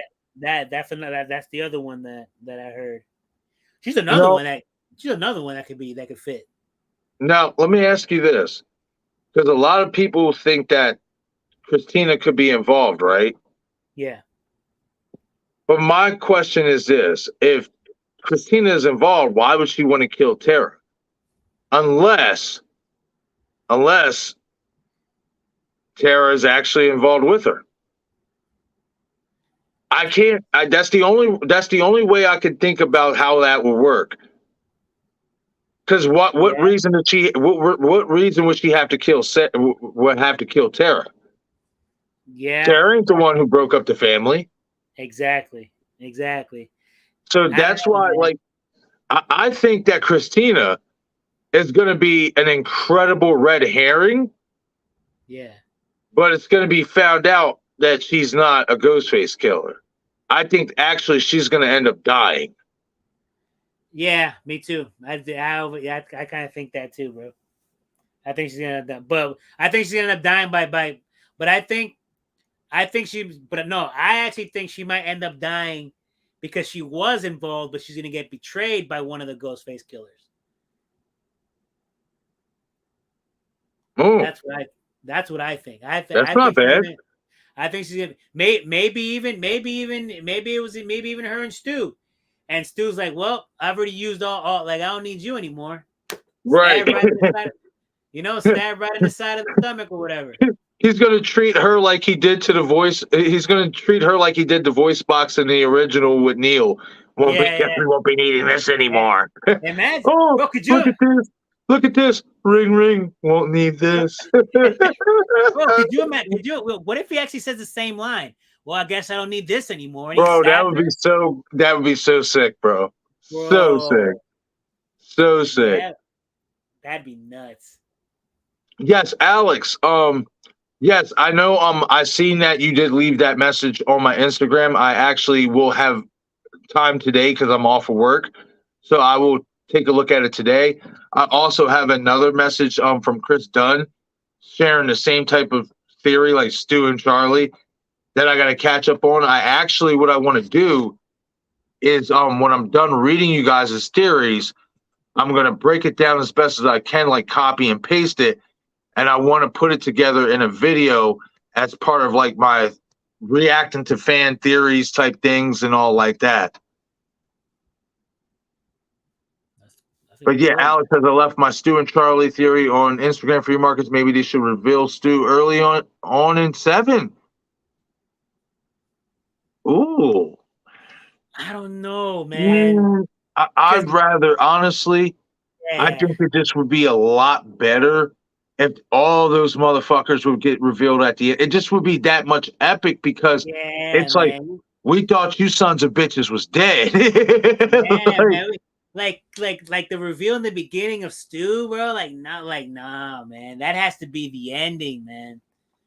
That like, ugh, man. That yeah, that's unmasking, what I'm bro. saying. Like, I feel like that would have to be the ending. Like, And here's the thing, too, bro. Scream 1, we never got a billion Stu unmasking, bro.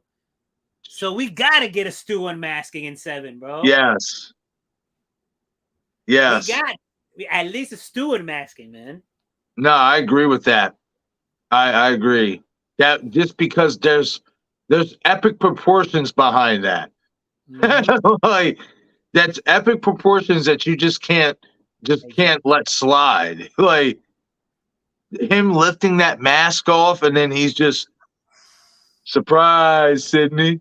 Surprise, You know bro. what I mean? Like, shit. Like, Bro, come how the on. could you imagine sitting like, how the fuck did you live? Like, I dropped the TV on your head. You know what I mean? Like, oh man, I can only imagine the dialogue back and forth, and then the explanation and all that. Yeah. Scott Walker says, "How cool if we don't get Stu in 7, if they do a part 8, but at the end of it we see Sydney, but she gets a phone call from the past and she recognizes the voice, and it's Stu, and it goes black." Well, see then. So we'll see then. What does that mean for our other characters then, Scott? Hmm. Because I mean, at what point are we going to move away from the newer characters and then just come back on a new film and focus on Sydney? Like, Exactly. I don't know. I feel like, and then that's another thing too. I don't want him to call her and she recognizes the voice. You know what I Yeah. mean? I don't want her. I don't want that because then it just takes the element of surprise away. You know? Exactly. We're gonna know who it is. Yeah, right. It's just like when you go back and rewatch Scream 6, you know what I mean, the second or third time, you're going to know that's Tony Revolori's voice talking to Samara Weaving. Exactly. Takes away that surprise, man. Right, it does. And I said it before, in Scream 96, especially with Skeet, you can hear like they were having voice box problems. You Yeah. could tell that it was Skeet Ulrich talking on in a few of those scenes. Oh yeah, bro. Especially in that scene where she thought With it was Sydney. Randy. Yeah, Yep. where Sydney thought it was Randy. Yep. Bro, you could clearly hear Skeet, Clearly. bro. Clearly. Yep. Like You are when you absolutely right. when you rewatch it, when you like after knowing, like maybe if you didn't like your first time watching, you don't like really hear it. But when you rewatch it and you know everything, bro, you can clearly hear Skeet, bro. Clearly. Clearly. Dead serious. Like, that's real shit. I was thinking about something too. Or whatever. It was the scene where Stu calls Sydney when she's at Dewey's house to cover for Billy, basically, as Ghostface. Mm-hmm. But it's the way, I guess, the way he talks Yeah. as Ghostface. Like, fuck, I'll have to come back to it at some point. But I was thinking about this shit earlier. Yeah. That it just kind of caught my attention a little bit and shit like that. Like, Mm-hmm. yeah, I'll definitely, it'll come back to me at some point. I know that. I got you. Scott says, I found that article I said to you the other day about Nev Campbell and Matthew Lillard, but I can't remember the site it's on. Okay, so Scott, if you found the article, if you could still get a hold of the article, what you do is just screenshot it to me, or copy and paste it and send it, and I'll take care of the rest because I'll be able to find the site. Yeah. Yeah, definitely send that over to me, Scott. If you got Instagram, hit me up on Instagram and send that to me. Yeah, but I don't know, man. or Would Nev say Twitter, that Scott. though? Huh? Would Nev actually say that though? Because See, I don't know, man. Like, that just gives it away. So it's like, that oh, gives okay, it you're away. back. Yeah, you're back. That must mean Matthew Lillard's coming back. Yeah, like Right. I don't think he'd say that. Right. I hope that's not the case, man. I hope Yeah. it's not. Nah, man. Sydney's a vet, bro. She's not gonna slip up like that. That's what I think. It's got to be something that it's got to be wherever the site that did the article. It's got to be a misprint or they did that shit on Yeah, purpose. maybe they didn't hear it right. Maybe they misinterpreted the way what she's saying. Right. Maybe. Right. Because I thought that's a quote, bro. Like, no way. I don't think so, man. Yeah. That. No, I don't think that would be a quote. Yeah, man. Like, no. But hey, we'll see. He's gonna send you the Yeah. Yeah, article. definitely, Scott. If you have Twitter or Instagram, or Scott, actually, if you want, if it makes it easier, you can. I'll leave my email in the chat for you right now. Let me see if I can. Okay. Yep. Post a comment. There we go. I'm leaving my email for you right now. Okay. Was it gonna let me? Oh, it's weird.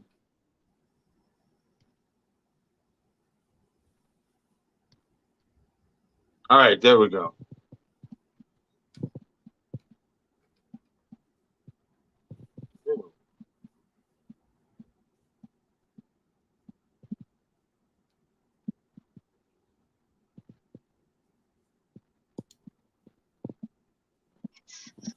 All right, there we go.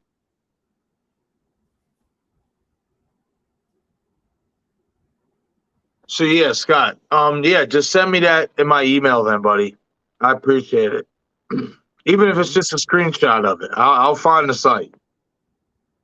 I might even go a little fishing myself after the stream because we are about to wrap it up.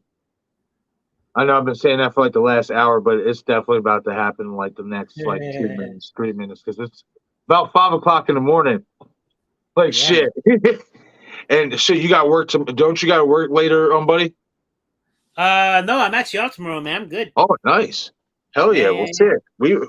Because I got to do. I'm doing a stream, later on for Sunday night. So if you're not busy, Dino, you know what I mean, and shit, I'll have to hit you up. Maybe we can do this again. Oh yeah, man. Well, yeah, but what for tomorrow? You talking about for tomorrow's Sunday? Well, for Sunday night. Oh, okay. Well, the thing was, but I'm saying you're talking about like now, like April 9th, Sunday, right? Yeah. Oh, okay. So, I just got to put the stream together. Oh yeah, definitely, bro. Hit me up, yeah. Even if I work the next day, man. Streaming when I shot him 6 times is an opportunity I gotta take advantage of, man. I appreciate that, buddy. I really do, and I greatly appreciate you holding the fucking fort down tonight, man. I appreciate that.